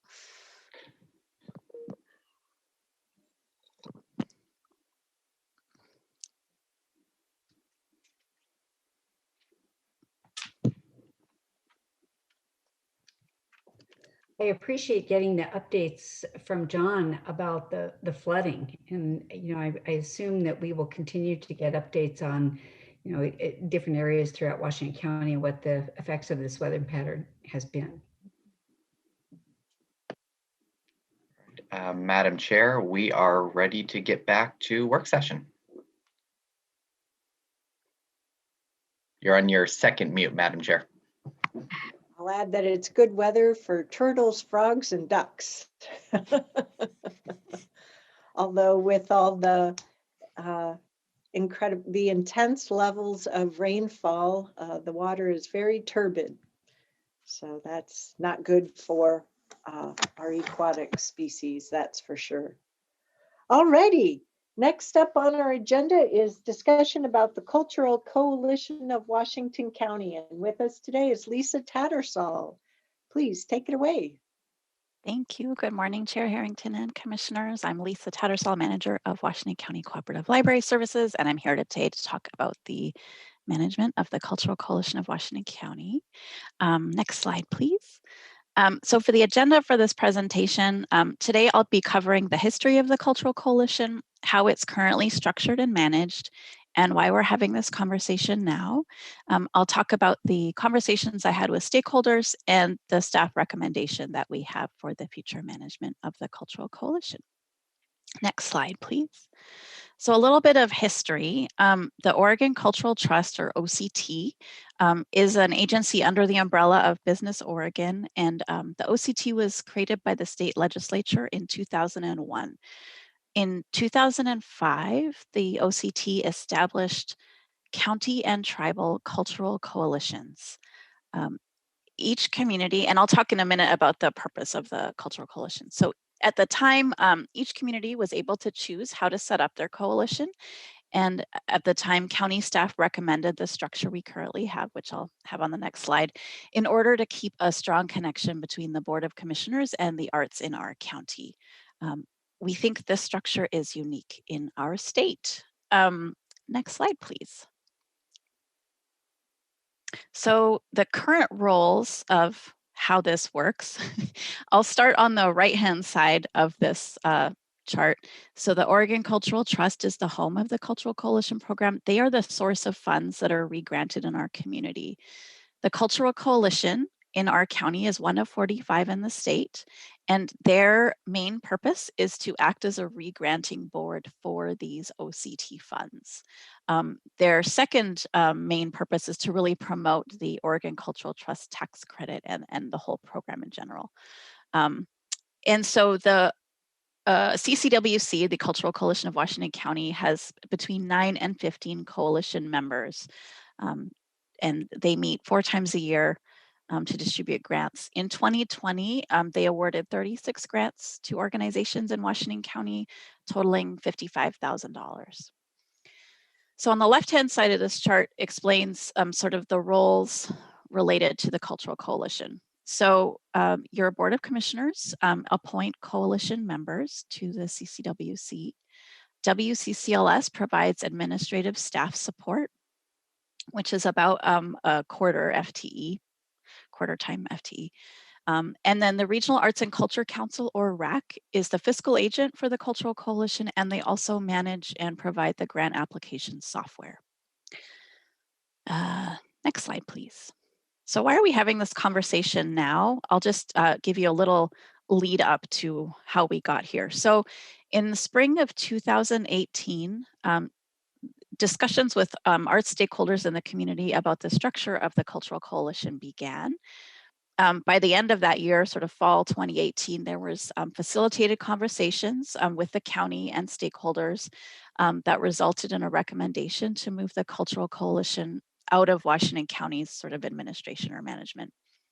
2019 was a huge year of transition for everybody, for your Board of Commissioners, as well as for local arts stakeholders. And so we pledged as staff to return to your board in winter of this fiscal year to have a conversation about the Cultural Coalition. Then COVID happened, and in fall 2020, we came to your board a number of times to talk about the CARES funds that the state wanted to distribute to arts organizations through the Cultural Coalitions, and we were unable to distribute those funds from the state due to the various administrative complexities that we discussed at that time. So that really amplified, I think, the desire to have a conversation about how this all works. Next slide, please. So I had a bunch of conversations in the last few months with a lot of stakeholders. So I had a really great long conversation with staff at the Oregon Cultural Trust, with arts and culture stakeholders in our county. And I also reached out to the cultural coalitions in Clackamas and Multnomah counties. All of the stakeholders I talked to recommended moving the administration of the Cultural Coalition to a local arts nonprofit with really strong roots in our county. The Oregon Cultural Trust and all of the local Washington County stakeholders all mentioned and recommended Tualatin Valley Creates by name specifically. This is a recommendation that staff support as well. And next, what I'm going to do is talk about the pros and cons of this approach, share more details about our staff recommendation, the fiscal impact, and then possible next steps. Next slide, please. So the benefit of the approach of having just one organization administer the Cultural Coalition, so Tualatin Valley Creates would act as the fiscal agent, they would manage the grant software and do all of the sort of board wrangling that we do right now at WCCLS, is that it is simple, direct, and nimble. The process is just much more streamlined. And nonprofits are not subject to the same constraints as government are, which we really experienced with the CARES situation this summer and fall. And so they can move more nimbly. There's a lot of mission alignment and expertise in Tualatin Valley Creates. And so an arts nonprofit has that subject matter expertise. They are aligned with that mission, and they have really strong community connections to really best incorporate and leverage the work of the Cultural Coalition. That frankly, WCCLS, I'll be the first to say this is not my area of expertise, but we have that in our community. Next slide, please. There are a couple more benefits. One is growth potential. So I think we all know that the need for arts funding in our community continues to grow. An arts nonprofit has the flexibility administratively and the connections and mission alignment again needed to potentially fundraise and re-grant possibly even more funding for the community through the Cultural Coalition. So there are cultural coalitions in the state that supplement the money that they get from the Oregon Cultural Trust, and that's not really something we can do as a county government is fundraise. So this is something that a nonprofit would be able to work on. And then we think it would be good value for the county. So reducing our staff time on administering the Cultural Coalition would really free up our staff FTE to perform more work that's directly aligned with our mission. Next slide, please. There are some risks or challenges with this approach. One is the organizational longevity. So we aren't as nimble, but we are very stable as a county entity. And so we do offer that to this equation. However, transitioning the Cultural Coalition to a nonprofit would put us in league with our metro area counties, with Multnomah County and Clackamas County, and most other counties in the state. The parent organization of the Cultural Coalition is the Oregon Cultural Trust, and I'm sure they would step in to assist if the Cultural Coalition needed to find a new fiscal sponsor or needed some assistance. Another risk is, back when this structure was set up in the early 2000s, one of the goals was to have a strong tie between the Board of Commissioners and the arts. So by not having, if we move to this new structure with a nonprofit, we do lose some of that county connection. And so one way, and the county connection is currently that the Board of Commissioners appoints people to the Cultural Coalition, and we have county staff support. So if that's something the board wanted to address, we could have a member of the Board of Commissioners or county staff act as an ex officio member of the Cultural Coalition under the administration of a nonprofit. Next slide, please. And then, so this is just a modified chart of what it could look like. So the OCT remains the sort of parent or mother umbrella organization. Then you have the Cultural Coalition. And then instead of those three, WCCLS, Board of Commissioners, and RAC, you just see Tualatin Valley Creates providing all of the fiscal and administrative support. And then an option would be to have Washington County Board or staff act as an ex officio representative. Next slide, please. So now I'm going to talk a bunch about the fiscal impact and governance considerations. So I may have glossed over this at the beginning, but 15% of the funding that the OCT provides to each cultural coalition can be used for administrative overhead costs. And so we believe that the 15% is really not sufficient to cover the costs of supporting the Cultural Coalition. So I think last year the Washington County Coalition got about $65,000, so 15% of that is $9,750. I checked in with the Clackamas County Arts Alliance, which is the arts nonprofit that manages the Clackamas County Cultural Coalition, and they did some analysis of their staff time that they do to support their Cultural Coalition, and they agreed that 15% really isn't enough to cover the staff costs. And so thinking about that, we recommend providing a temporary stream of funding to TVC from the WCCLS budget, and that's the middle chart on the slide. And it would start with $25,000, which is approximately what we pay for in a quarter-time person. That's how that number originally came to be. And then decreasing that amount annually by half for 3 years. This infusion of cash would really represent a much smaller investment for the county than our current staff time, which is the chart at the top of this slide. So you can see that the cost of a quarter-time FTE, salary and benefits, plus the projected annual growth rate for personnel from finance, you can see what that cost is over the next few fiscal years. So this smaller investment of funds would allow TVC to hire a part-time staff person, which would increase their capacity to take on the administration of the Cultural Coalition. And it would also give them some time to establish other sources of revenue to be able to continue to fund the position. One thing that is important to note here is that this funding recommendation is separate from the funding for the arts that the county currently provides to TVC, as well as other arts providers through our budget allocation to the Regional Arts and Culture Council. For your reference, the funding we currently provide TVC is noted in green on this slide, but that is separate than what we're talking about. Hi, Chair Harrington.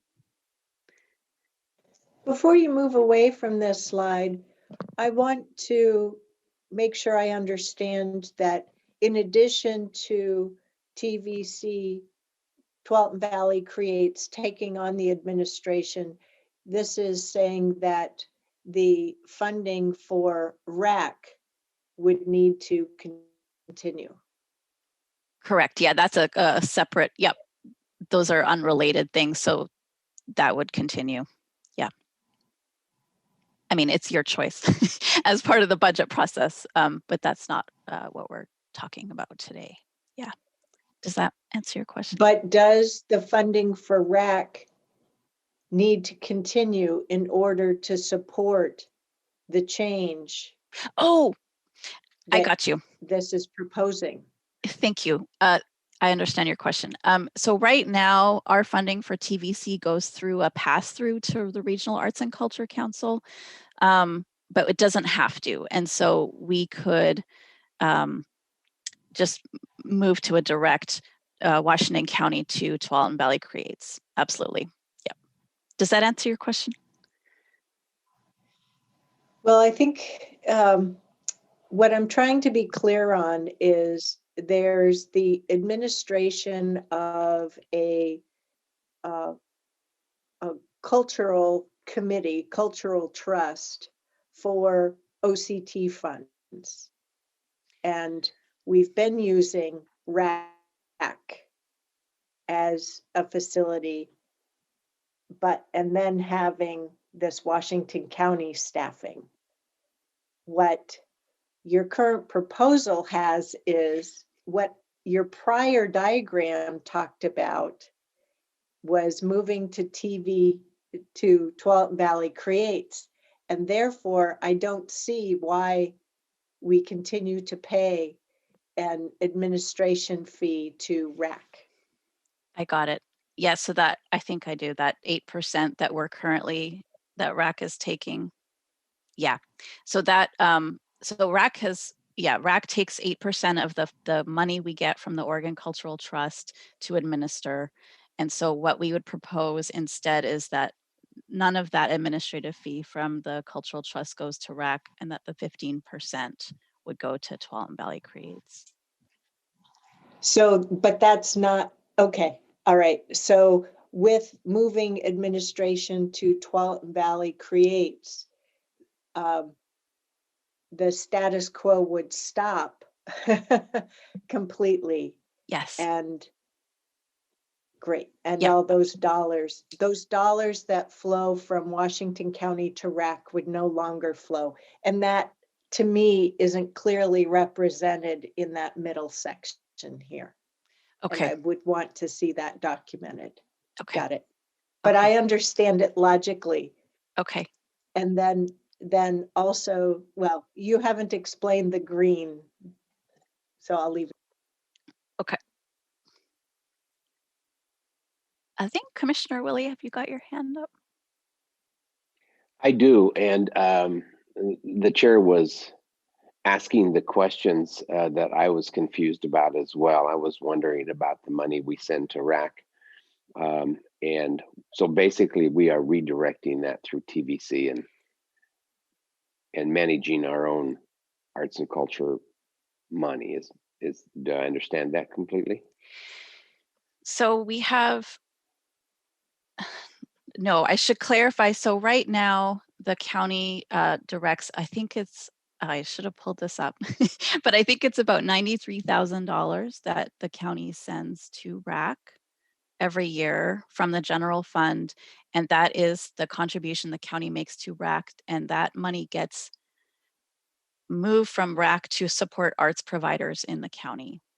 And that's completely separate from the Cultural Coalition or the administration of the Cultural Coalition. And so that's a conversation that you all would have about, you know, if you want to continue to fund RAC to provide funding to the arts, that would be a separate conversation as part of the budget process, or however you'd want to do that. What we're talking about today is really only a small piece of what RAC does for us, which is just that administration of the Cultural Coalition. But they do also act as a granting agency to provide funds to Washington County artists, which is a separate thing. It's a very nested and messy sort of set of structures, but does that help?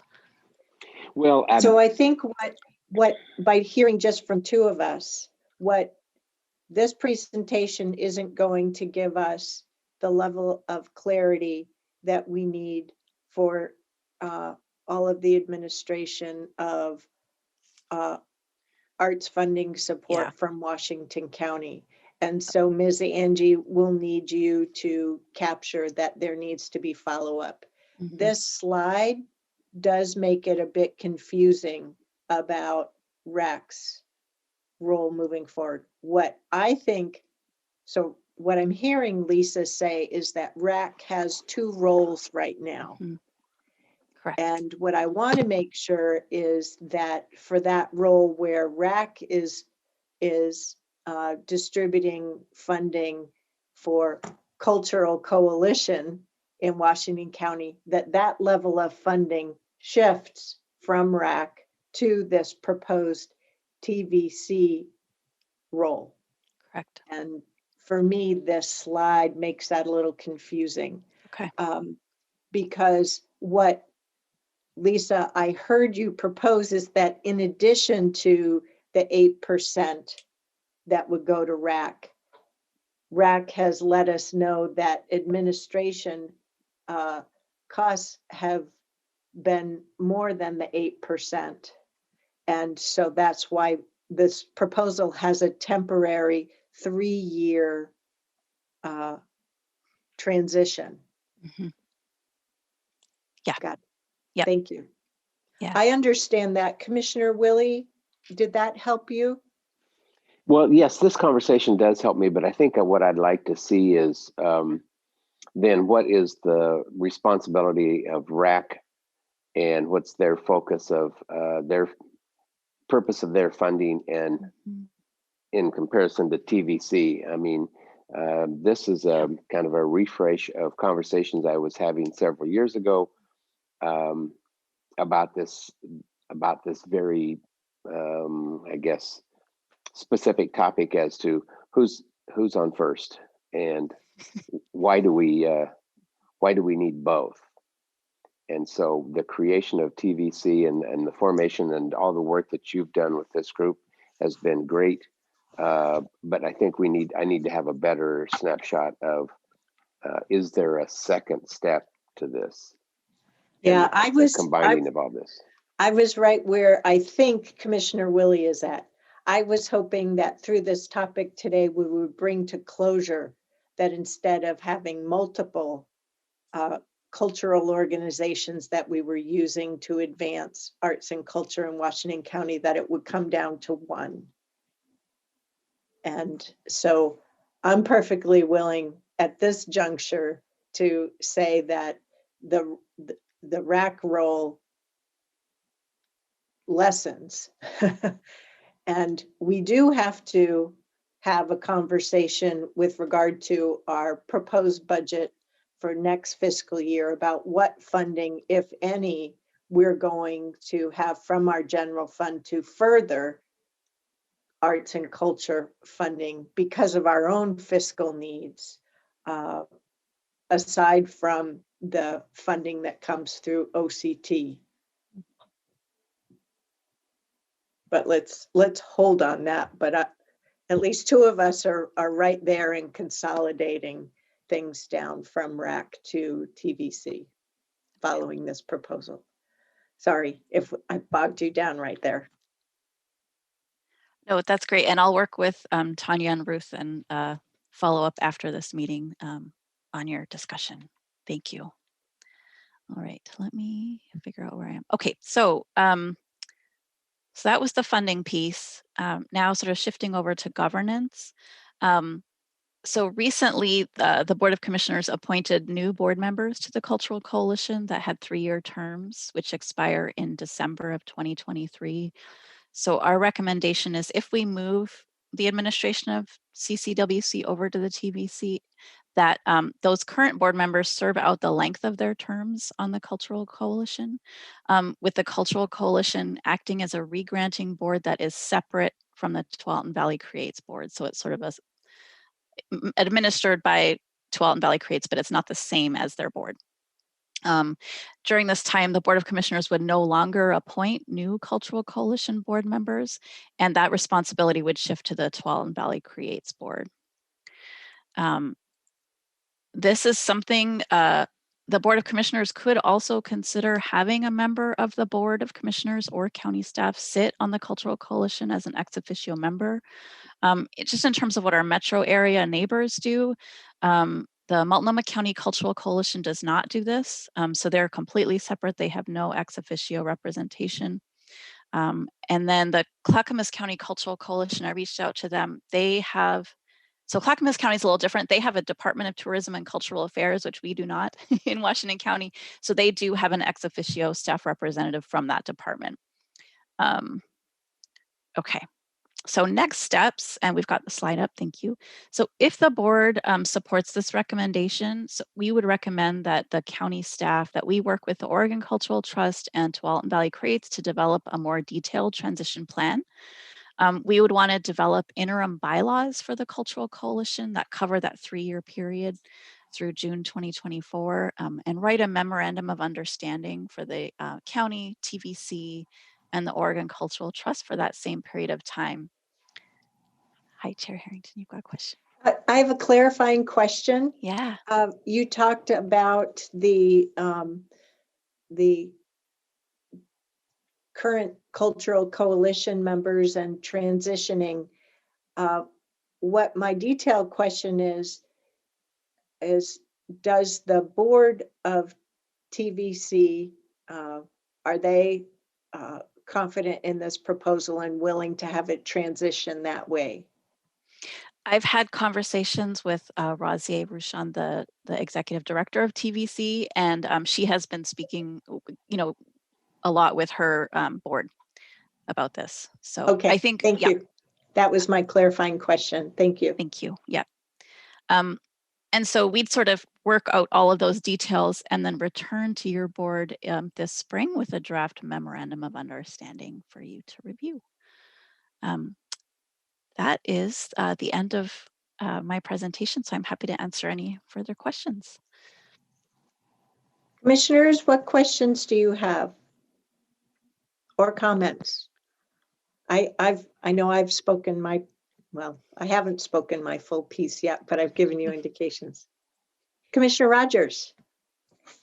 Yeah, I appreciated the direction of trying to understand how RAC gets involved in all this. And I'm having a little bit of deja vu because about 4 years ago, I was asking the same questions. And we had a presentation and they came in and our staff who were assigned at that time convinced me that without RAC, there would be substantial loss to our cultural events here in Washington County, that they somehow could attract monies that maybe we couldn't on our own. And so that's why we continued. But again, it's deja vu, the same questions being asked, we keep plowing the same ground. So what's good about the question is, what do we get from RAC that we wouldn't get if we discontinued and just, if we want to, I have no problem with the recommendation that you've made, and no problem with subsidizing as well for a while. You let them get on their feet.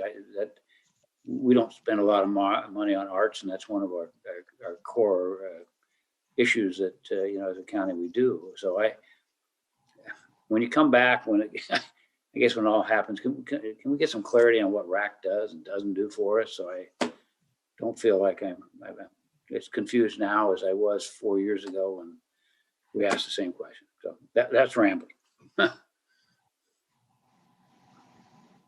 Commissioner Treese. Thank you for the presentation, Lisa. And I know this is a process type of piece, but I have two issues. One, I want to make sure I understand moving forward how this structure will help us avoid the situation that we got into with the CARES relief funding. So I want to make sure that I understand that. And secondly, I also want to make sure that I understand how this new structure will continue to be relevant to all of our community, and geographically, and from our BIPOC viewpoint. How does this? I want to make sure we're not losing anything as we move forward in relationship to how our community communicates with us about their needs and how we make sure that we are being proactive about our community needs. So Lisa, could you please make sure to answer that first question today? Because Yeah. that's the whole point of this. Yes, absolutely. The CRF, the CARES Relief Fund. Yeah. So this, let me like cycle back here. So when we had that whole conversation in the summer and fall about the CARES Relief Fund, the big challenge we had is that as 3 conversations, I think. Yeah, it was a lot. The big challenge we had as a county was that we, as a county entity that already was receiving a lot of CARES funds, we were already subject to a single audit. And so the way the whole, the way the OCT and the state structured that distribution, we would have been liable for how the funding was going to get used by the recipients down the stream of it. Sorry, I'm not being very articulate about this. So the recipients of the CARES funds, ultimately, we would have been liable for how they spent that money or didn't due to the audit situation. If it was a nonprofit that was doing it, they have less risks and liabilities that we do as a county in that regard. And so it would have been easier for them to act as a pass-through than it was for us as a county. Does that help answer the question? So this proposal transitions the responsibility to the nonprofit. Correct. Yes. So we're completely out of that loop. So does that answer your information need, Commissioner Treese?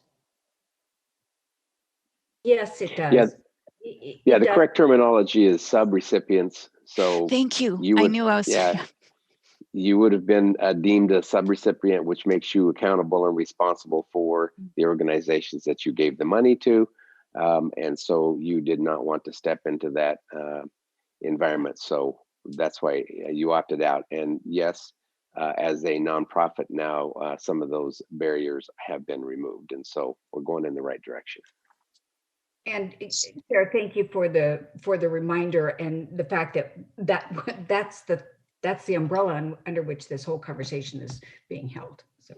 So to your second question, both through, well, we've had multiple presentations where Razia has come and spoken to us as a group, as well as the multiple opportunities for briefings with her about how TVC serves the different areas of our county, as well as moving forward and expanding their delivery in support of equity, including not only cultural diversity here in Washington County, but also ethnic diversity in Washington County. So a couple questions related to that. Lisa, is there anything more you would like to contribute today in terms of answering that question? No, I think what you said, Chair Harrington, is yeah, I've been really impressed with Razia's efforts and the whole TVC board in really trying to improve equity. And they have a whole set of programs that I'm sure Razia is listening to this right now, so I'm sure she will follow up. But that's a huge focus for the board at TVC. So Commissioner Treese, do you have a couple of options. One is I'm just trying to checkpoint that you have the benefit of that summary information today, and I see you shaking your head. Secondly, the proposed next step is to develop an MOU. And so between now and our having that draft, if you have other specific information needs, I would ask that you have those offline conversations and briefings with Lisa and with or without Razia. Does that sound reasonable? It does sound reasonable, and I'm really providing voice here, so thank you. Yes, no, I appreciate it. It's just that we've been dealing with this for 2 years now. This will be our 3rd year, and I'm hoping we can put it to rest. Other commissioner questions or comments? Commissioner Fye?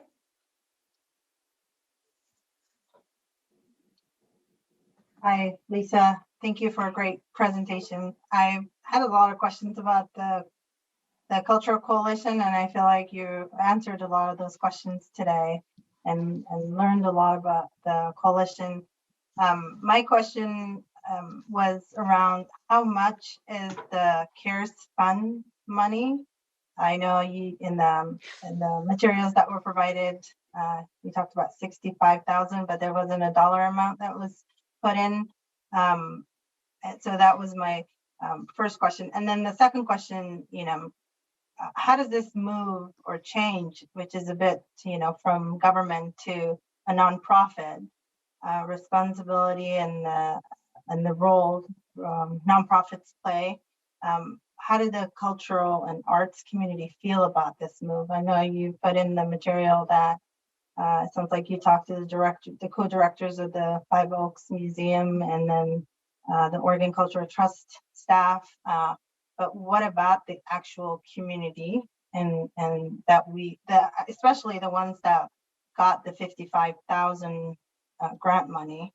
How did they feel? And also in relation to just as a recommendation, perhaps they could participate in the development of the MOU moving forward, if that was a path that was taken. I will look up the amount of money on the CARES Act. I believe it was at least $1 million. It was significant in terms of the scale versus what we get every year and from the OCT in terms of the regular payment. So I will check that in a minute and I can share that with you, Commissioner Fye. Thank you. In terms of talking with the actual grant recipients, that isn't something that I've done, but I would be happy to do that if that's something the board would like me to follow up on. I did speak with the chair of the Cultural Coalition, who is one of the members that is appointed by your board, and she was very supportive, but I didn't want to get too far into checking with the community until I had a sense of where you all were as a board, but I'm happy to pursue that if you'd like. Well, so you make a good point, Lisa. Logistically, we have used our own Washington County has convened the Cultural Coalition of Washington County, and we have relied upon their expertise to go through the work for the grant funding. And then we've just done the, adoption of that. What this proposal does is it's the checkpoint with the board to see if we are at this juncture, given what we've learned about the disadvantage to having this unique setup, are we at this juncture willing to transition it to a standalone nonprofit? And so that's what she's trying to gauge today. Then the next steps in order to effectuate that direction from us today would be our adopting or providing our approval of a memorandum of understanding to effectuate that transition. And then in addition, we have identified a future follow-up in association with our proposed budget to get further clarity about or potentially modify our general fund discretionary contributions to arts and culture here in Washington County. So,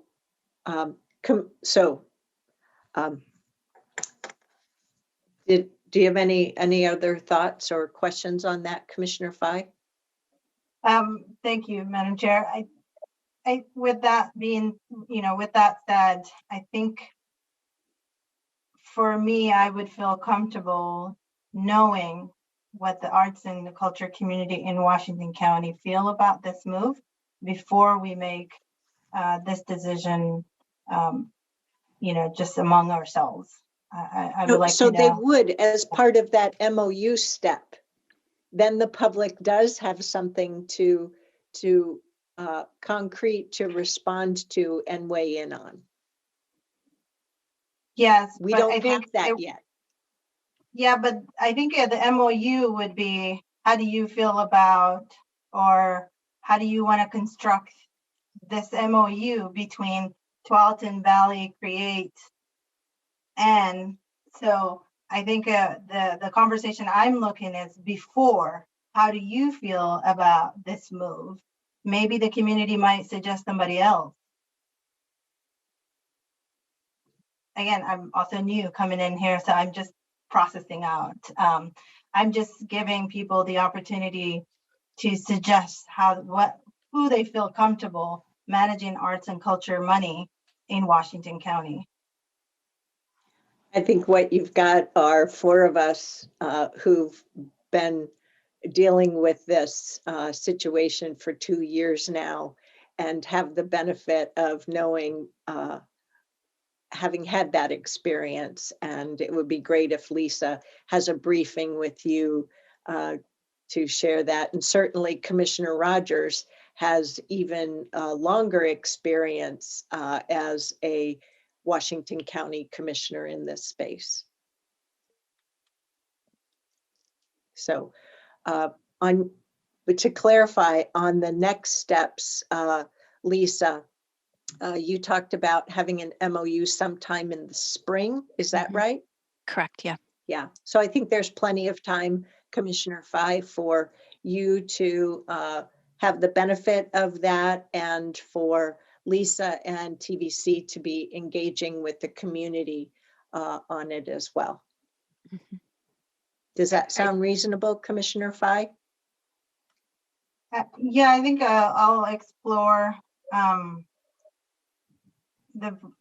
think I'm not there about the MOU between all these entities, but I think it's also important for me to express that perhaps I could learn about how this came. How do we come to these entities? So a deeper, right. And you have opportunity to do that with staff. And what the public involvement has been to date. Yep. Okay, I'll share my comments.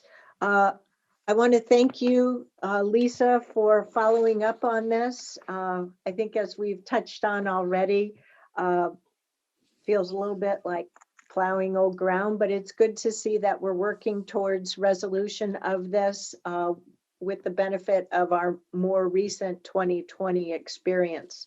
You gave us a really good presentation. It shows the strength of your research and concise and effective presentations. And I think you did a really great job of handling our clarifying questions today. So thank you. I myself do support the proposal of this 3-year transition. And after I'm done with my remarks, I need to make sure we've got direction from the commission on that. I have had the experience of some folks misunderstanding and in some ways misrepresenting, being a little sloppy about the representation of Washington County's funding. And I don't mean board members, I mean out in the public. Our funding for TVC and that funding that we provided, we increased during my time here in order to stabilize TVC as an organization in supporting cultural work and equity work here in Washington County. I think we'll need to make sure as we move forward that we are clearer about that funding being somewhat sequestered from this this transition funding and separate line items and separate referrals. We're going to have to be clean about that. I am quite concerned, given our fiscal realities, I think our discretionary general fund dollars to different activities is, we're going to all have to be willing to be eyes wide open on that, because we know that we do have fiscal realities for revenues coming into us and providing the various standard community services to our constituents. So I think through the budget, the proposed budget conversations, we're going to have some really tough conversations for understanding the implications on all of that. So for me personally, that means that I am open, my eyes and ears are open to looking at all of our discretionary funding and maybe having to revisit our current allocations. Lastly, one idea or one aspect of the proposal was talking about representation from Washington County as a board and or Washington County as staff. I really appreciate how you were clear about what Multnomah County does and Clackamas County does. I don't think, my personal opinion as one of five, I don't think it makes sense for us to have a board representative in this. And I even question having a staff representative because I think if we implement an MOU and IGAs clearly, then that should minimize the impact to our limited Washington County staff resources. Additionally, while we can make ad hoc decisions on a temporary basis, I think we have to be conscious about if we're going to make some ad hoc decision or one-off on this now, that we commit to coming back and developing a policy around that, and that it be one of our priority one must-dos over the next year. My recommendation, to be clear, is that we don't have such representation, that we just make sure that we do a good job on the MOUs and the IGAs and have the appropriate staff follow up with the third party in making sure that the implementation matches such documentation and keep it effective and lightweight for us. I think with our CAO, we can do that very effectively. So those are my individual thoughts. No questions in there. Lisa, you did a great job with questions. Thank you. So commissioners, any last questions or comments? And wrapped up in all of that, I'm wondering if we're thumbs up on this recommendation itself and the next steps to move forward. My comments would be, I just have real quick ones. Jerry's thumbs up. Well, I have comment. Yep. Okay, because I'm saying thumbs up. Go ahead. I appreciate you delineating the last part about a board representative. I think that's absolutely correct. I'm ambivalent, but I'm not sure what we'd gain by that. Lisa, I agree with your analysis. I'm in support of that completely. And I'm hoping that at some point, just nothing more than to get me from being unconfused, that whole rack issue is I don't know what we're losing by not being out of there.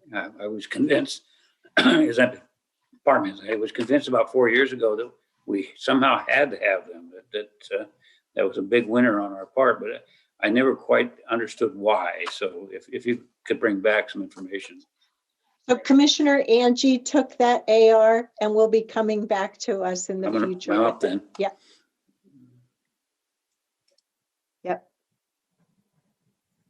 Commissioner Treese, any closing thoughts or thumbs up? Okay. And Commissioner Fye, I know you've already got some follow-up that you'll be doing with Lisa on this. Okay.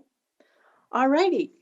So I think that unless Lisa, you and Ms. Angie have any closure statements, I'll assume you've clearly gotten direction to move forward. Absolutely. Thanks for your Great. time. Good job. Thank you. Thank you, everyone. Okay, so lastly on our agenda, oh, we're doing pretty well on time. We have COVID-19 federal legislation update, response, and recovery. I'll turn it over to you, Ms. Angie. Great. Thank you, Chair Harrington, Board. First, Jajit from our Government Relations team will brief the Board on the latest COVID-19 related legislation. Too many L's in there for me, I guess, this morning. And then we will transition to Jack, where Jack Liang will provide an update on CRF funds and current status and estimated projections as well. So Shajit, if you can kick off the presentation, that would be appreciated. Thank you, Administrator Tanya. Good morning, Chair Harrington and Board of Commissioners. Welcome, Commissioner Fye. At the outset here, I just want to say I'm going to be providing an update on federal legislation. This is rife with acronyms, so please, Commissioner Fye, do not admonish me for having too many acronyms. Government Relations will work to demystify all of those in future presentations. Can we go forward 2 slides, please? Thank you, right there. And commissioners, if you want to jump in, please just jump in with a question. I'm going to be looking at a different screen, so bear with me. So my goal today is to provide the commissioners with key highlights from recently passed federal omnibus legislative package. This is a $2.3 trillion appropriations package. It created basically 2 divisions within the appropriations package. One is the COVID-19 relief portion of the appropriations package, and the second are the fiscal year 2021 appropriations. As a reminder, the appropriations are discretionary spending for the federal government in terms of funding the federal government itself and federal agencies. Next, I want to provide a brief highlight from the state special session. The 3rd special session of 2020 took place during the week of December 20th, right before the new year. And finally, I want to touch upon engagement opportunities for the Board of Commissioners in this COVID-based lobbying environment, both at the state legislature and with our congressional partners, federal agencies, and respective staff. Now, one piece I want to highlight in terms of framing and or follow-up is that Chair Harrington, during board discussion this morning, raised that Government Relations provided a memorandum, a pretty comprehensive memorandum on Friday of last week. Please, at your leisure, peruse that memorandum. I think it's going to provide much more detail, much more substance than what we're going to be able to get into today. Just as a point of reference, the bill that I'm going to be referencing, the large omnibus package, was a 5,600-page bill. And so in no way could we possibly be able to summarize all of what is contained in that bill, but please peruse that. If you have any questions therein, there are 2 PDF executive summaries of both the COVID relief portion of the bill and the substantive appropriations portion of the bill. And it's a PDF, so you can Control F and do quick searches. And of course, please reach out to your government relations team if there are areas that you hear about or that you'd like to learn more about. Next slide, please.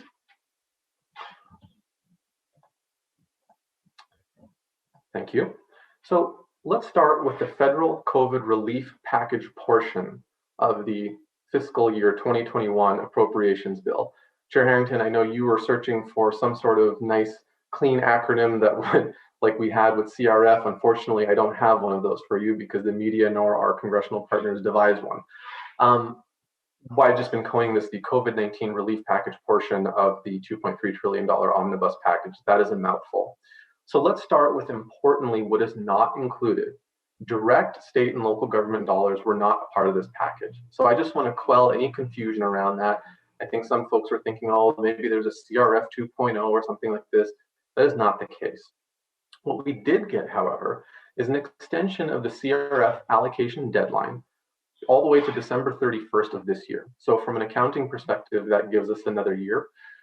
Later on in this presentation, Jack will be talking about all the great work the county did in terms of deploying those CRF dollars to our communities and our businesses. We also received an extension eviction moratorium. Now, this is the federal eviction moratorium. It only goes till January 31st of 2021. That's about 2 weeks away. When we get to the state slide, there was a House bill that actually extended the eviction moratorium, again for rentals, not mortgages, until June of 2021, so further protection. Notably, there was $4.5 billion for state and local public health agencies to distribute the COVID-19 vaccine. Of note, of that $4.5 billion, $300 million were specifically targeted for underserved populations, including racial and ethnic minority populations and rural communities. When I think about Washington County, we're the most diverse county in the state. We have rural pockets, we have vulnerable populations. So I'm hoping that our public health team is able to tap into this. I've shared this with Marnie and our public health team, and I'm confident they're working through it now. Also, there was a $25 billion appropriation specifically for rental and utility payment assistance for folks who are renting, not homeowners, but for rentals. This is known as ERAP, the Emergency Rental Assistance Program. Preliminary estimates from NACO show that in Washington County will be receiving about $18 million, so that's a pretty sizable check. I know Jack and his team are already working through the portal with Treasury to set this up so we can work with our constituents and help deploy these needed funds. One thing I will say is that, as you recall, with the lack of guidance that we got from Treasury, specifically at the outset around CRF, we're in a bit of a similar situation here. There are a number of questions that remain unanswered with how this program will roll out, just like where we were with CRF when we first got that direct infusion of money. And so there's going to be a call this week. There's going to be future conversations with Treasury, and staff will be working through that. Also wanted to flag that the Paycheck Protection Program received another investment and an extension in a number of different ways. Unemployment insurance was invested in and increased, along with the Pandemic Emergency Unemployment Compensation Program, which actually complements the UI, or the Unemployment Insurance Federal Benefits. I want to take a moment and talk just a bit about the PPP program, the investment and the expansion. This is the Paycheck Protection Program a number of our businesses rely upon. In the COVID relief portion of the $2.3 trillion omnibus appropriations package, the bill expanded the eligibility for businesses in terms of who can apply to the loan program. This now expanded to housing cooperatives, destination marketing organizations, so Washington County Visitors Association comes to my mind, certain 501c6 organizations. So these are chambers of commerce. I know those are areas of interest to both Commissioner Willie and Commissioner Trees, along with certain individual, basically media outlets, so individual stations, newspapers, and public broadcasting organizations. There were a number of other sort of rules that were expanded and in regard to PPP and the loan program, and those are all detailed both in the executive summary and a little bit in the memorandum that you received on Friday.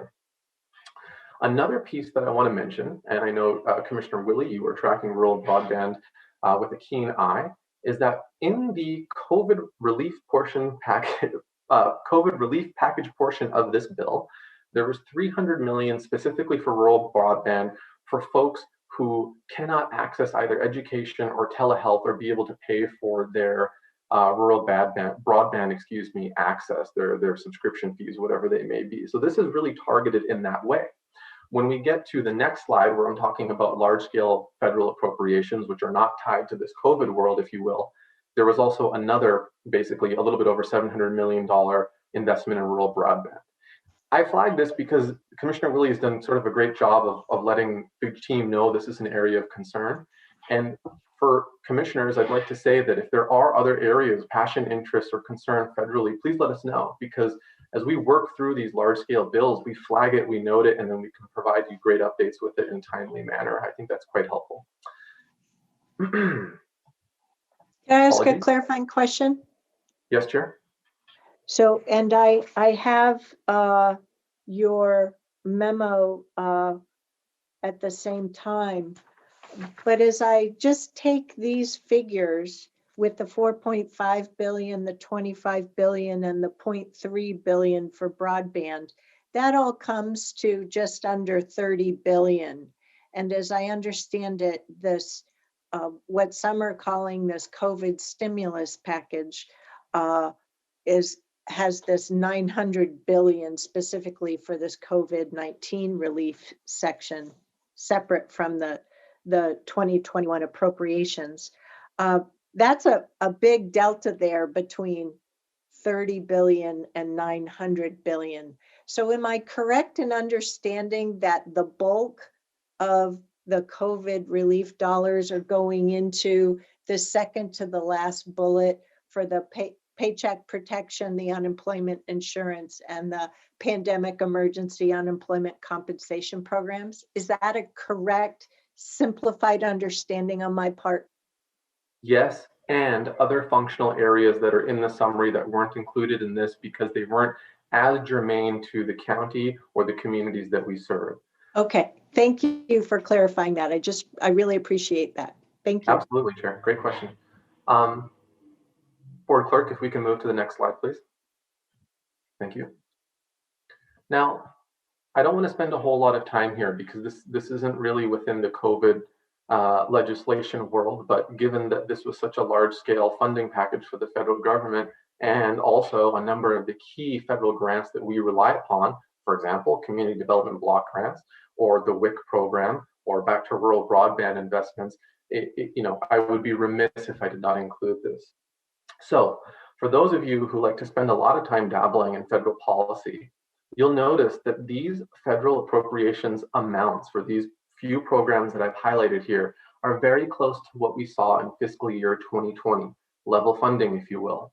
The reason I bring that up and why that's significant is because fiscal year 2021, the fiscal year we're entering now and are in now, is the last year that we will be subject to the 2-year budget caps for discretionary spending for federal programs. Now, what do I mean when I say that? This budget cap was really a leftover or a hangover from sequestration, if you remember that a few years ago. Basically, what this does is it limits discretionary, under sequestration, it limited discretionary spending for grant programs and federal agencies such that defense spending would be impacted minimally. This is a bit of a carryover, and this last bill that was signed in 2019 expires with fiscal year 2021. So what I would expect is that, yes, there could be increases in discretionary spending for a number of the programs that we care about. I mean, gosh, wouldn't we love to see a $5 billion investment in transportation infrastructure, right? That's a 5-factor increase. I'd love to see a double or a triple of our CDBG or community development block grants so we can continue to serve our communities. I don't know how realistic that is because that's also tempered by the fact that we are coming out of a recession and basically inspired by the COVID-19 pandemic, but then also all of the monies that the federal government has deployed in response to this pandemic. It's very difficult to say what these levels will look like. We'll know more as we get closer to the next fiscal year, but I did want to flag that point. And the reason I want to flag it is because we have an appropriator in our delegation, Senator Merkley. And so if these spending caps are lifted, which they will be, I think through strategic lobbying, especially in like a little bit of committee work with the Appropriations Committee, we may be able to plus up some of these accounts. I think that would bode well specifically for Bureau of Reclamation. I know there's a lot of missing money there to fix Scoggins Dam. So I just want to flag that. Next slide, please. Before you go there, I have a question. And I know it's really premature because you're going through all the information now, but in regard to the transportation infrastructure grant, is there going to be a matching requirement? Let me look into that and I will get back to you. Yeah, as you know, we have missed opportunity monies and other things that we can do. And so it'd be interesting to see if we might be ahead of the game by being able to apply quickly some match to put our position a little elevated compared to other jurisdictions. So yeah, if you let me know, I appreciate it. 100% will follow up with you, Commissioner. Would that also be for surface transportation and infrastructure? So for both? Yes. Okay. We will GR will follow up with you in that. I would expect a response from Aaron Doyle later on today. So if we could move to the next, oh, yep, no, we're on the right slide. Thank you so much. I just want to spend a little bit of time on one of the 2 bills that I wanted to focus on from the 3rd special session of 2020. And this is House Bill 4401. This was the much anticipated eviction moratorium for rentals. It also set up a situation where housing authorities, NDCs of the Oregon Housing Community Services Department, OHCS, can assign as a pass-through entity to distribute rent replacement dollars to landlords, so more flexibility for vulnerable populations, right?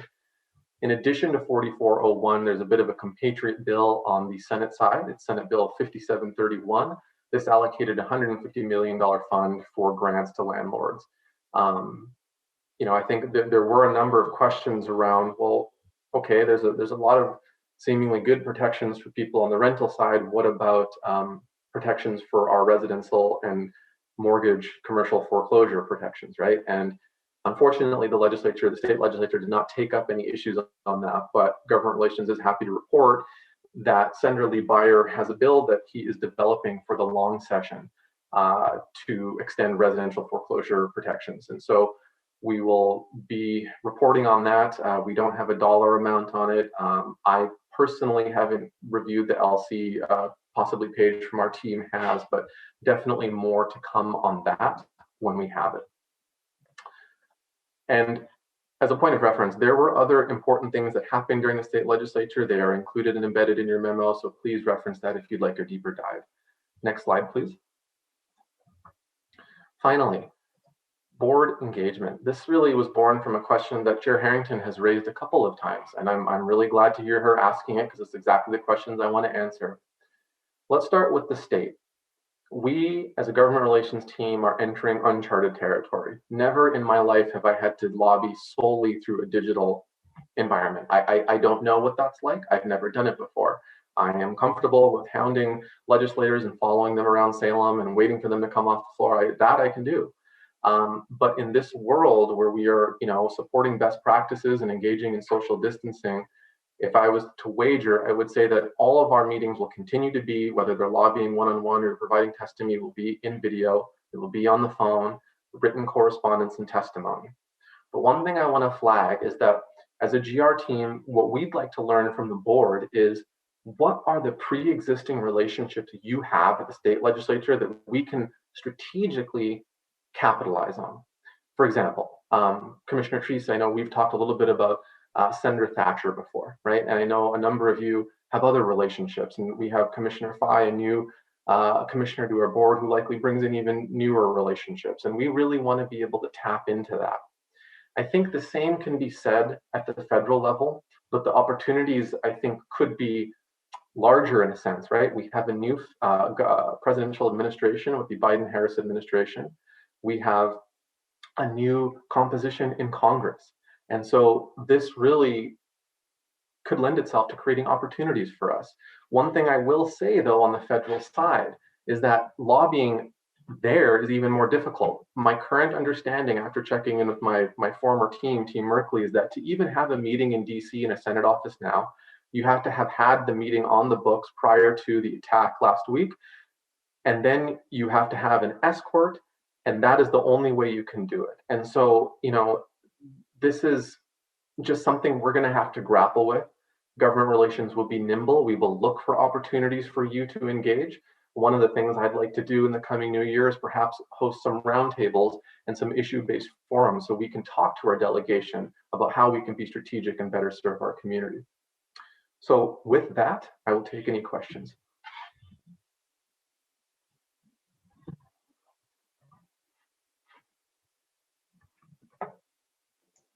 Commissioners, what questions do you have for Jagjit at this point?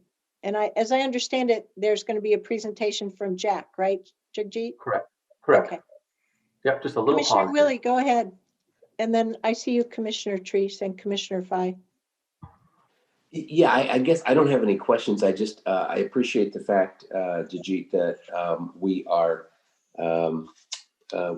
keeping our eye on all the broadband money that is going to become available and how we can best facilitate that, or at least access some of that, and how we would go about, I guess, getting some of that money out into our rural areas to help with that broadband issue. So I appreciate the fact that you've got that on your radar, and we'll keep in touch. Thank you, Commissioner. I just wanted to ask if I'm sorry, Judge. We used to show up together before, right? You remember that? Yeah, I tell you, I've got all sorts of things going on here. Are you going to be setting up meetings with us individually to talk about relationships, current relationships at the state and federal level? I think that's a fantastic recommendation, and that's exactly what we'll pursue. Great, thank you. Commissioner Fye? Yes, great presentation, Jagjit. My question, I think Jerry already asked, it was about the broadband, and if there is an opportunity to apply some of that money to providing countywide internet to everyone. I think there's a lot of concerns of students failing because of lack of internet or strong internet and being in and out of their Zoom classes. So if there's an opportunity, I think keeping your eye out on that. 100% right, Commissioner. I mean, one of the issues I keep hearing from many of the parents in my cohort who have young kids is even if you have that rural broadband, you miss a couple minutes and then the lecture falls apart because of connectivity issues, right? So it's not only an issue of access, it's an issue of stability with the connection. You're 100% right. We will definitely be tracking that. Thank you. Commissioner Rogers, whoops. Yep, Commissioner Rogers, any thoughts? Okay, all righty. I'll close then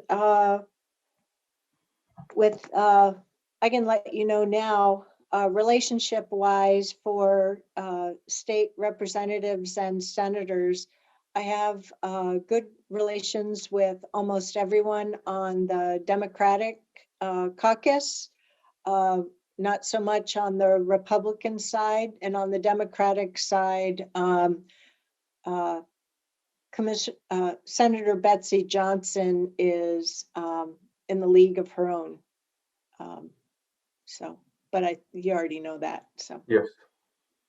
Yeah. Okay, so we'll move on then to Jack's portion of the presentation. Thank you, Jagjit. Thank you, Chair. Good morning. Good morning, Chair Harrington. Good morning, Commissioners. Commissioner Fye, it's very nice to meet you for the first time. Welcome to Washington County. For the record, my name is Jack Liang. I'm the Director of Support Services as well as the Chief Financial Officer. And I am joining forces with Jagjit this morning as we are continuing to navigate the public funding world of COVID-19 responses. We need to work very closely with our legislative folks, government relations folks, to stay always up to speed on what is coming out from the federal level, from the state level.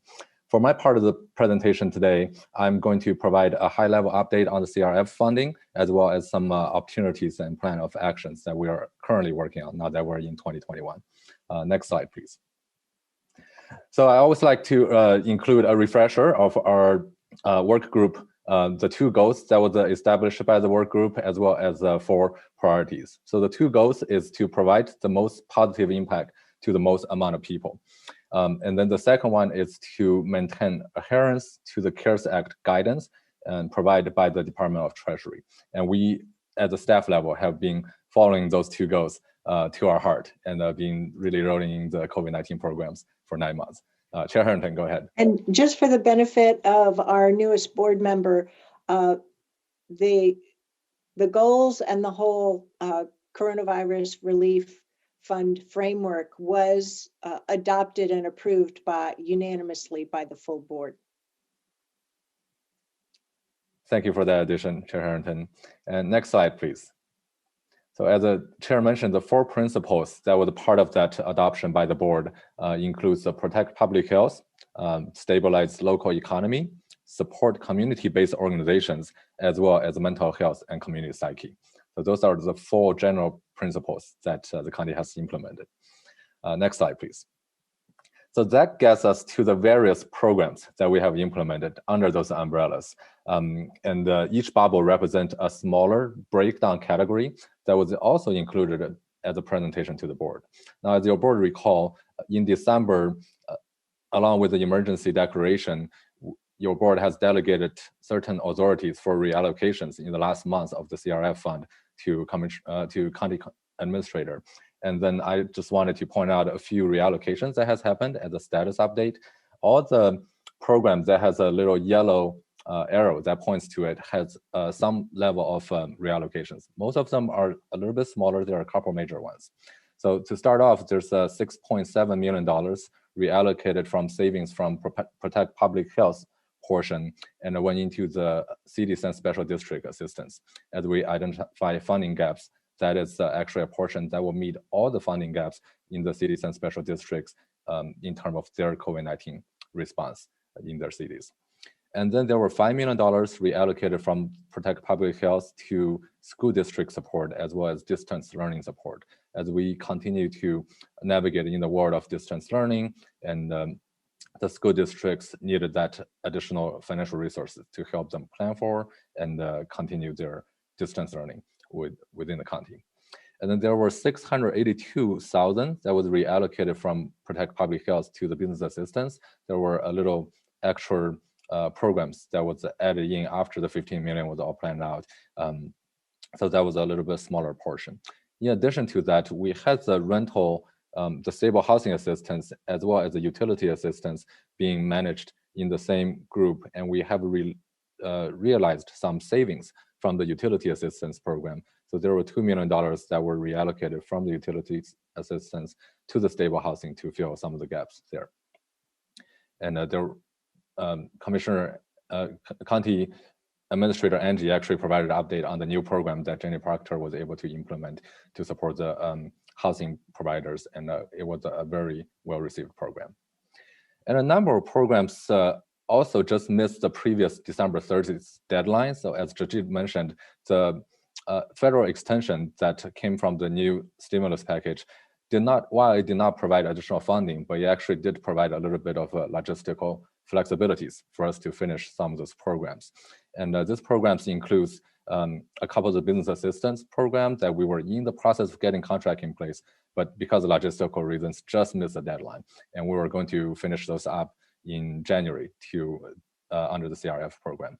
There were also a couple food industry assistance grant that we just wasn't able to get the grant award out by December 30th. So actually the extension, while it didn't provide any additional funding, but it did offer, from an accounting perspective, a lot of flexibilities for us to close things out. And yes, definitely. Thank you, Chair Harrington.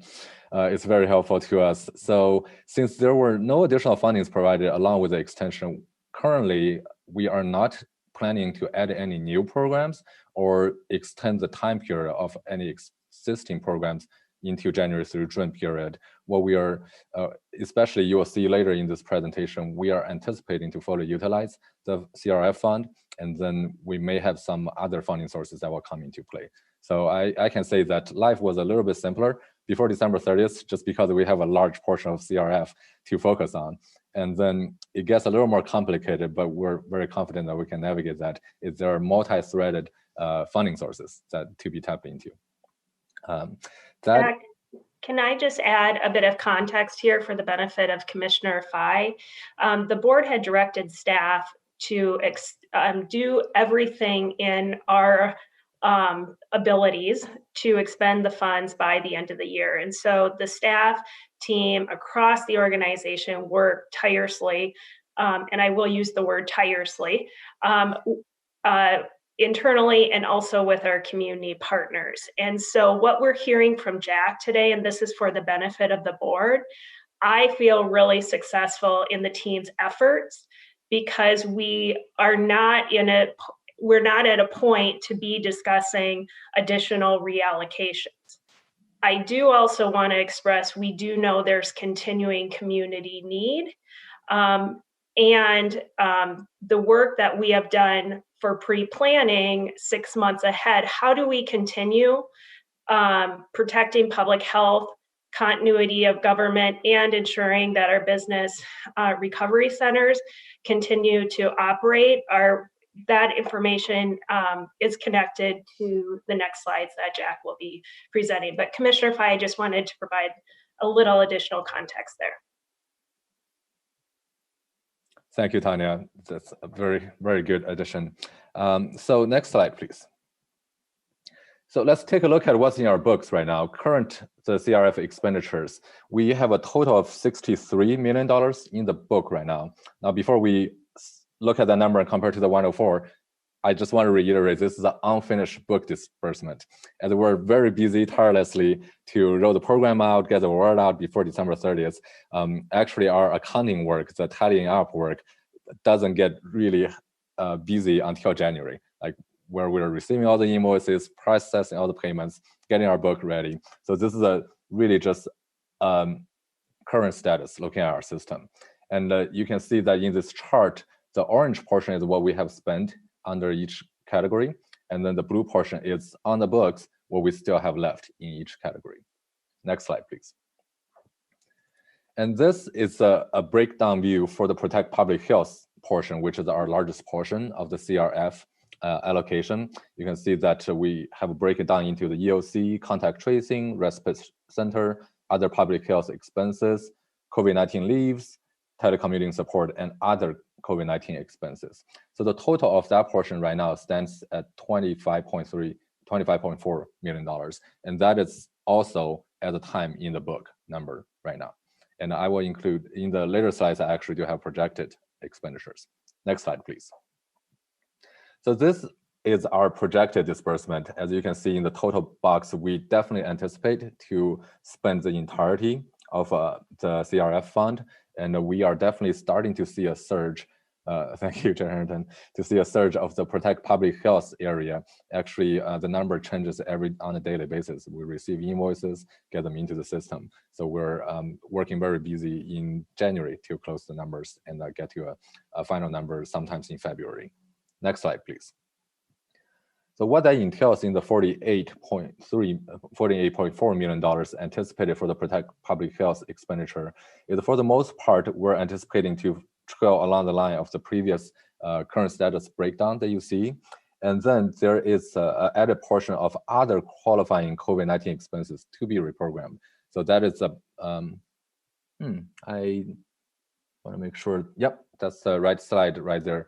So this very top bar that you see on the right-hand side are other qualifying costs that presumptively qualifies under CRF that we have not moved into the CRF costing yet.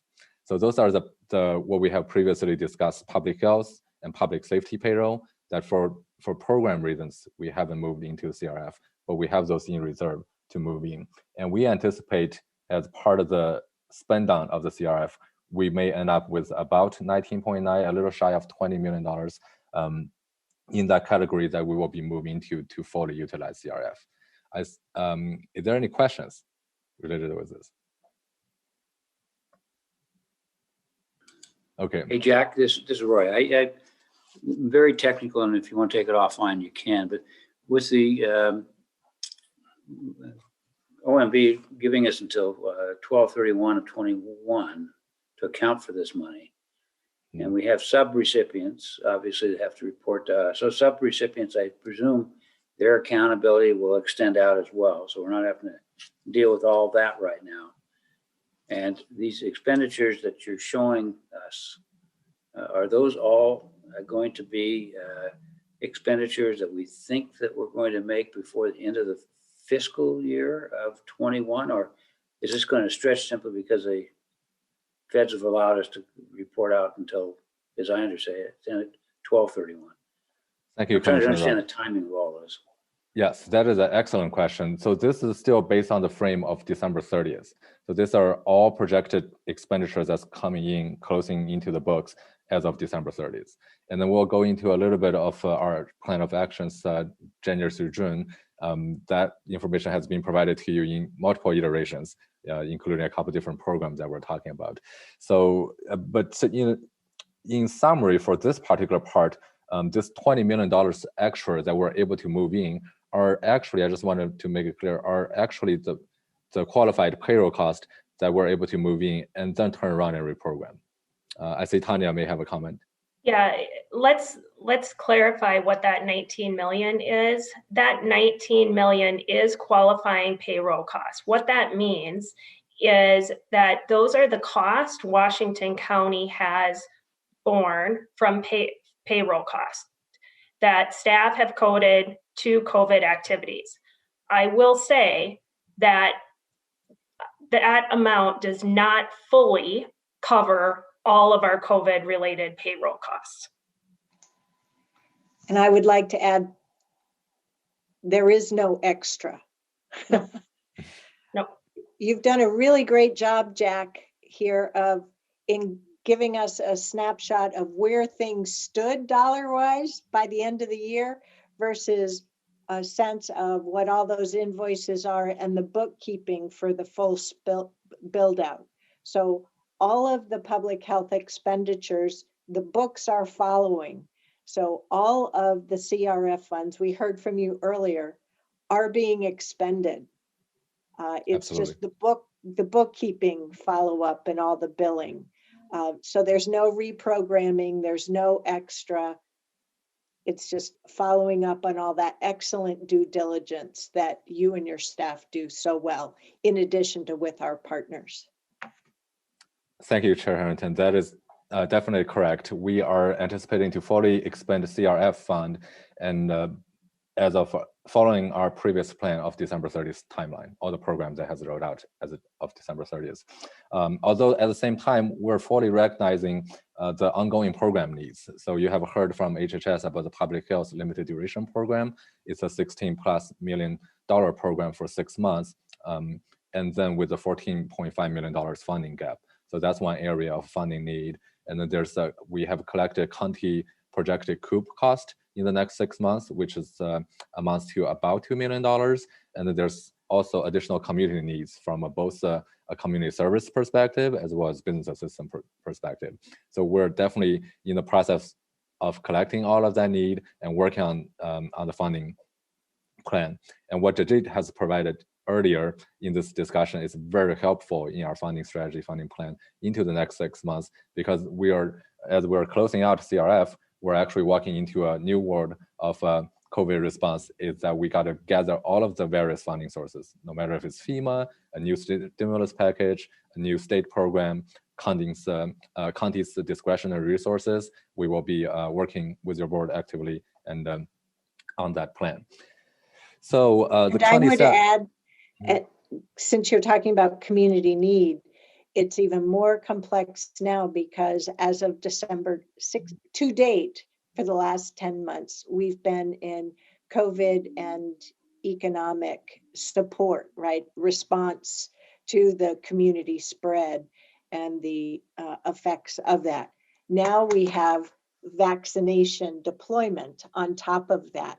We still have people getting sick and dying and suffering economic consequences. So we do have that added program that we didn't have in 2020, well, until December 16th of 2020. So thank you for your swift response working with the team on that. Thank you, Chair Harrington. Absolutely. So we have in terms of the new funding sources, we're imagining a world after CRF now. So we, as Jajit has mentioned, we did turn in our application for the Emergency Rental Assistance Program, which is anticipated by our federal lobbyists to be $18 million. And we're starting to work with, actually housing is starting, our very capable housing department is starting to initiate the discussion with community development on how to roll that program out. And support services is definitely there to support their program build out on that.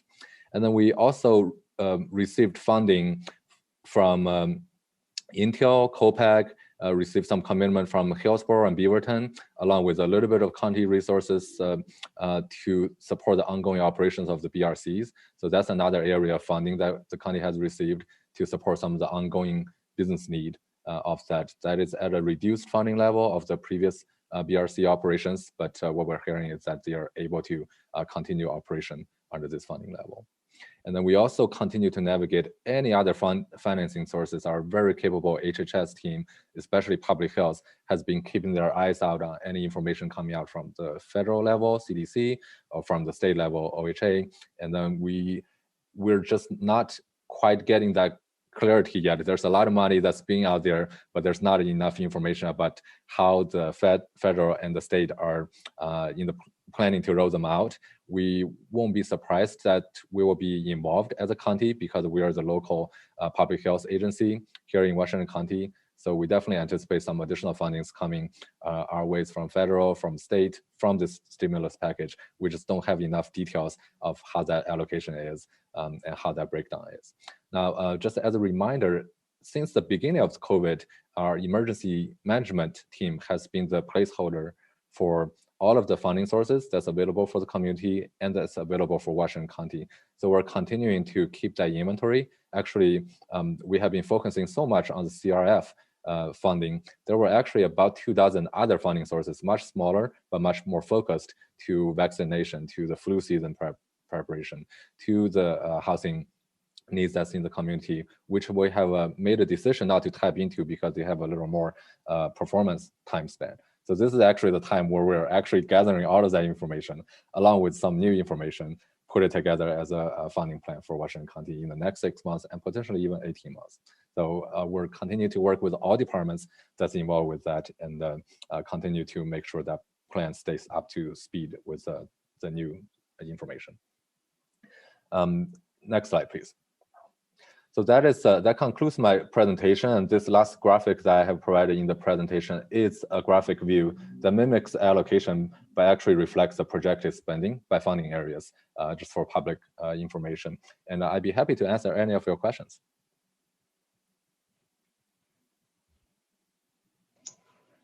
Commissioners, any questions of Jack? Commissioner Treese.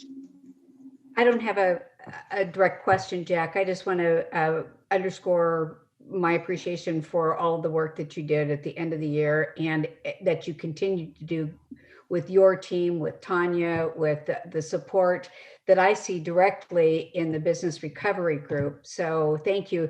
The other thing I think is really cool is how your slides are great. It's so, they're informative and they're entertaining in terms of their color and dynamics. So I want you to know I appreciate that as well. So thank you. Thank you, Commissioner Treese. Thank you for your comment. Any other commissioners? I just comment. Yeah, I like the balloon part of it. That's colorful and intriguing. And I'd like to echo what Pam just said too about Tanya and Jack have been stellar in, especially I think in the race to the finish line in the last few weeks of December, and then working with John Southgate and I on the final wrap up of some programs that we are moving ahead that we just couldn't get quite across the finish line in December 30th. And that we're taking care of now. And one of them particularly is the utilities program that we're working with Northwest Natural and PGE. And we're going to touch probably close to 600 businesses just in that program, which will allow them, I think, to continue to try and make it over the hump and stay alive. So that's a program that I'm really happy about, that we were able to get across the finish line.